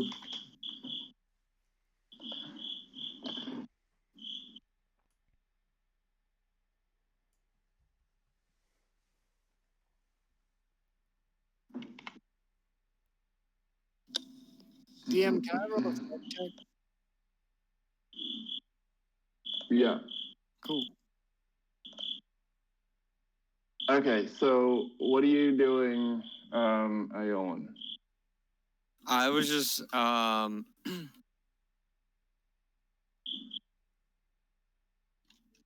was gonna start heading back, Mm-hmm.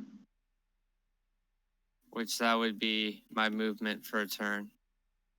Just to there. Okay. Because I wouldn't be able to jump again. Okay.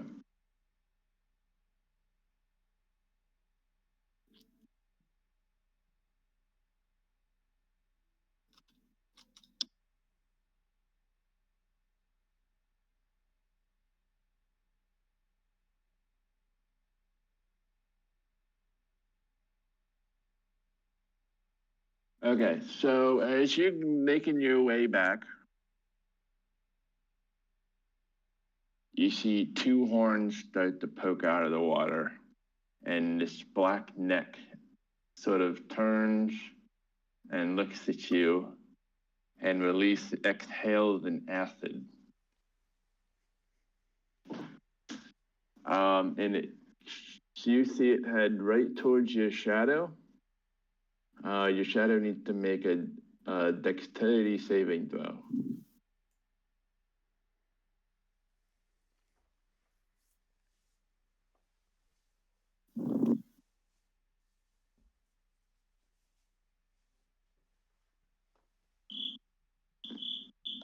That is a success. However, that is half damage on a failed save. So let me roll the damage and then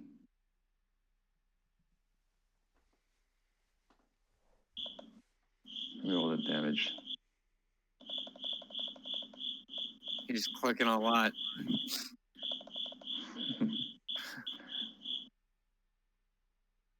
All right, so you're gonna take half of this. So there's this line of acid that shoots out of the water and hits your shadow. Wait, which way does it come from? I'm trying to put them. Hang on here. I mean, you could just draw a line. Because I'm assuming I would see where the direction it was coming from. Okay. Yeah. Hang on. Here. Also, I will add these two. While you are doing this, you also hang on. We shut up, Cricket. Okay, let me say something. So first of all, when you got over here and shined the light, you saw a small island of 30 or 40 feet across with stalagmites that thrusting up to the ceiling cave and in the dark water's lap. At its shores, there's several spots on that surface that when you held the light up, it glimmered even in this gloomy area and suggested that there was treasure to be had over there. You also saw these black spots of small reptile that silhouettes sleeping on the hoard, on the treasure. As you start to back up, the head of this creature steps out of the water and billows acid towards you. And your shadow takes 26 damage, and the lantern falls in the water.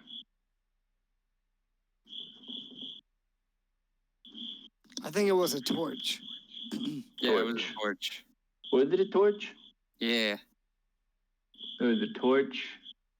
Yeah, I thought you were giving away a lot of light, but I wasn't gonna argue. All right, so that happened, and then this area kind of grows. You guys notice that the area grows dark again.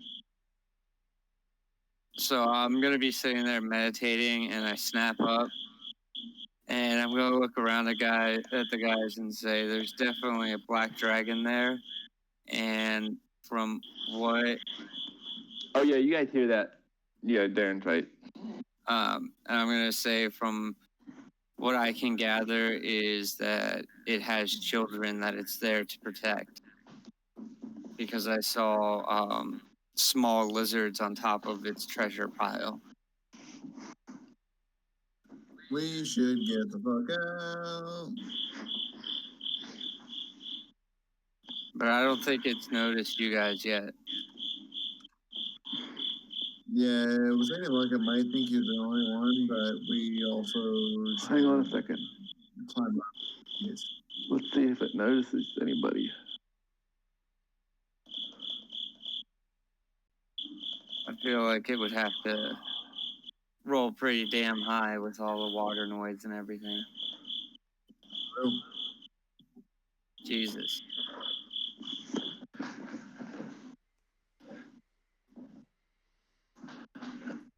Okay, well, I gotta call it here. I get some sleep. But I thought that would be a fun little place to end it. Oh, damn it. So I'm gonna say, let's go ahead and go back up that ladder, guys. Yep.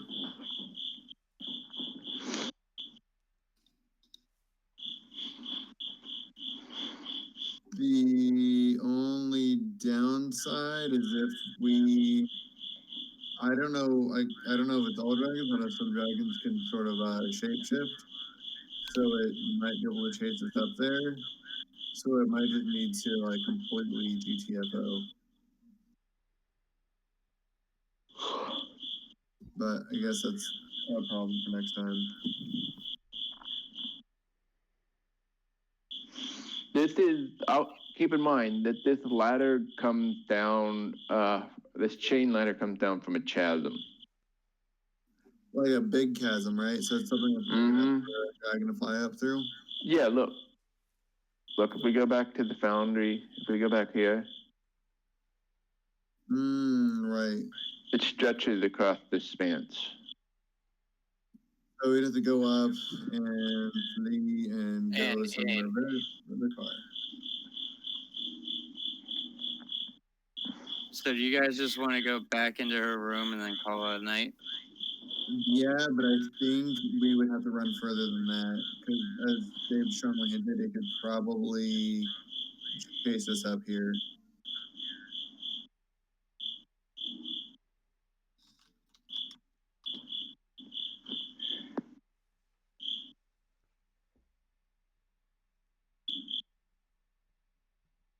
Oh my god, what is that damn bug? He won't shut up. Can you guys hear him? Oh yeah. Yeah.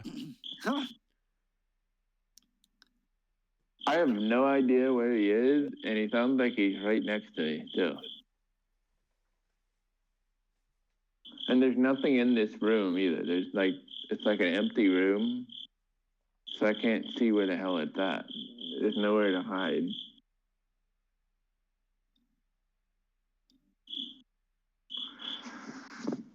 Oh my god. Okay, well, I gotta go. So yeah, that's fine. You know what we need is a halfling to go steal some treasure. Gandalf, what's up?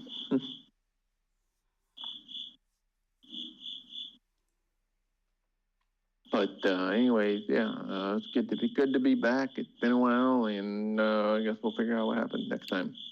Guys, I got an idea, but gotta wait for the DM to log off because I don't want him metaing my awesome idea. We can create a separate players chat.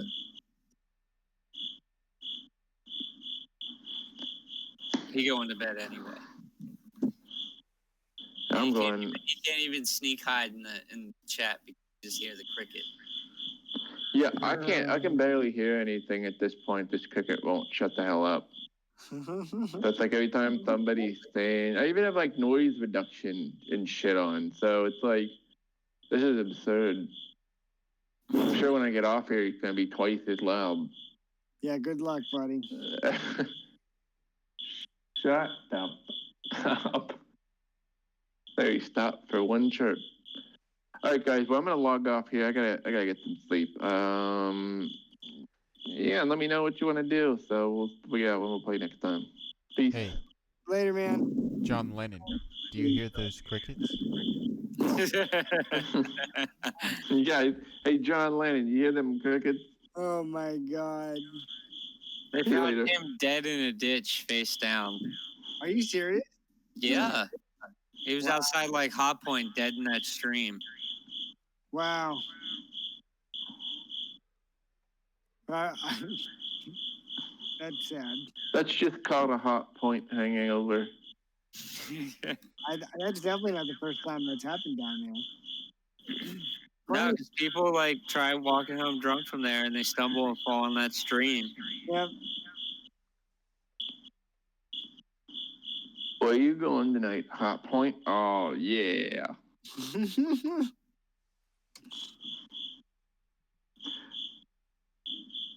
Well, see you later, guys. See you later. See ya, man.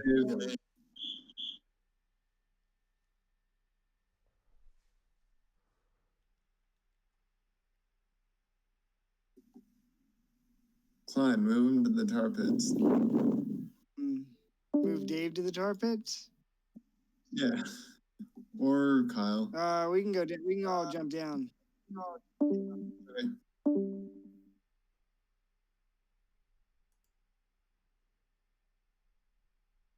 we should totally try and steal one of its children.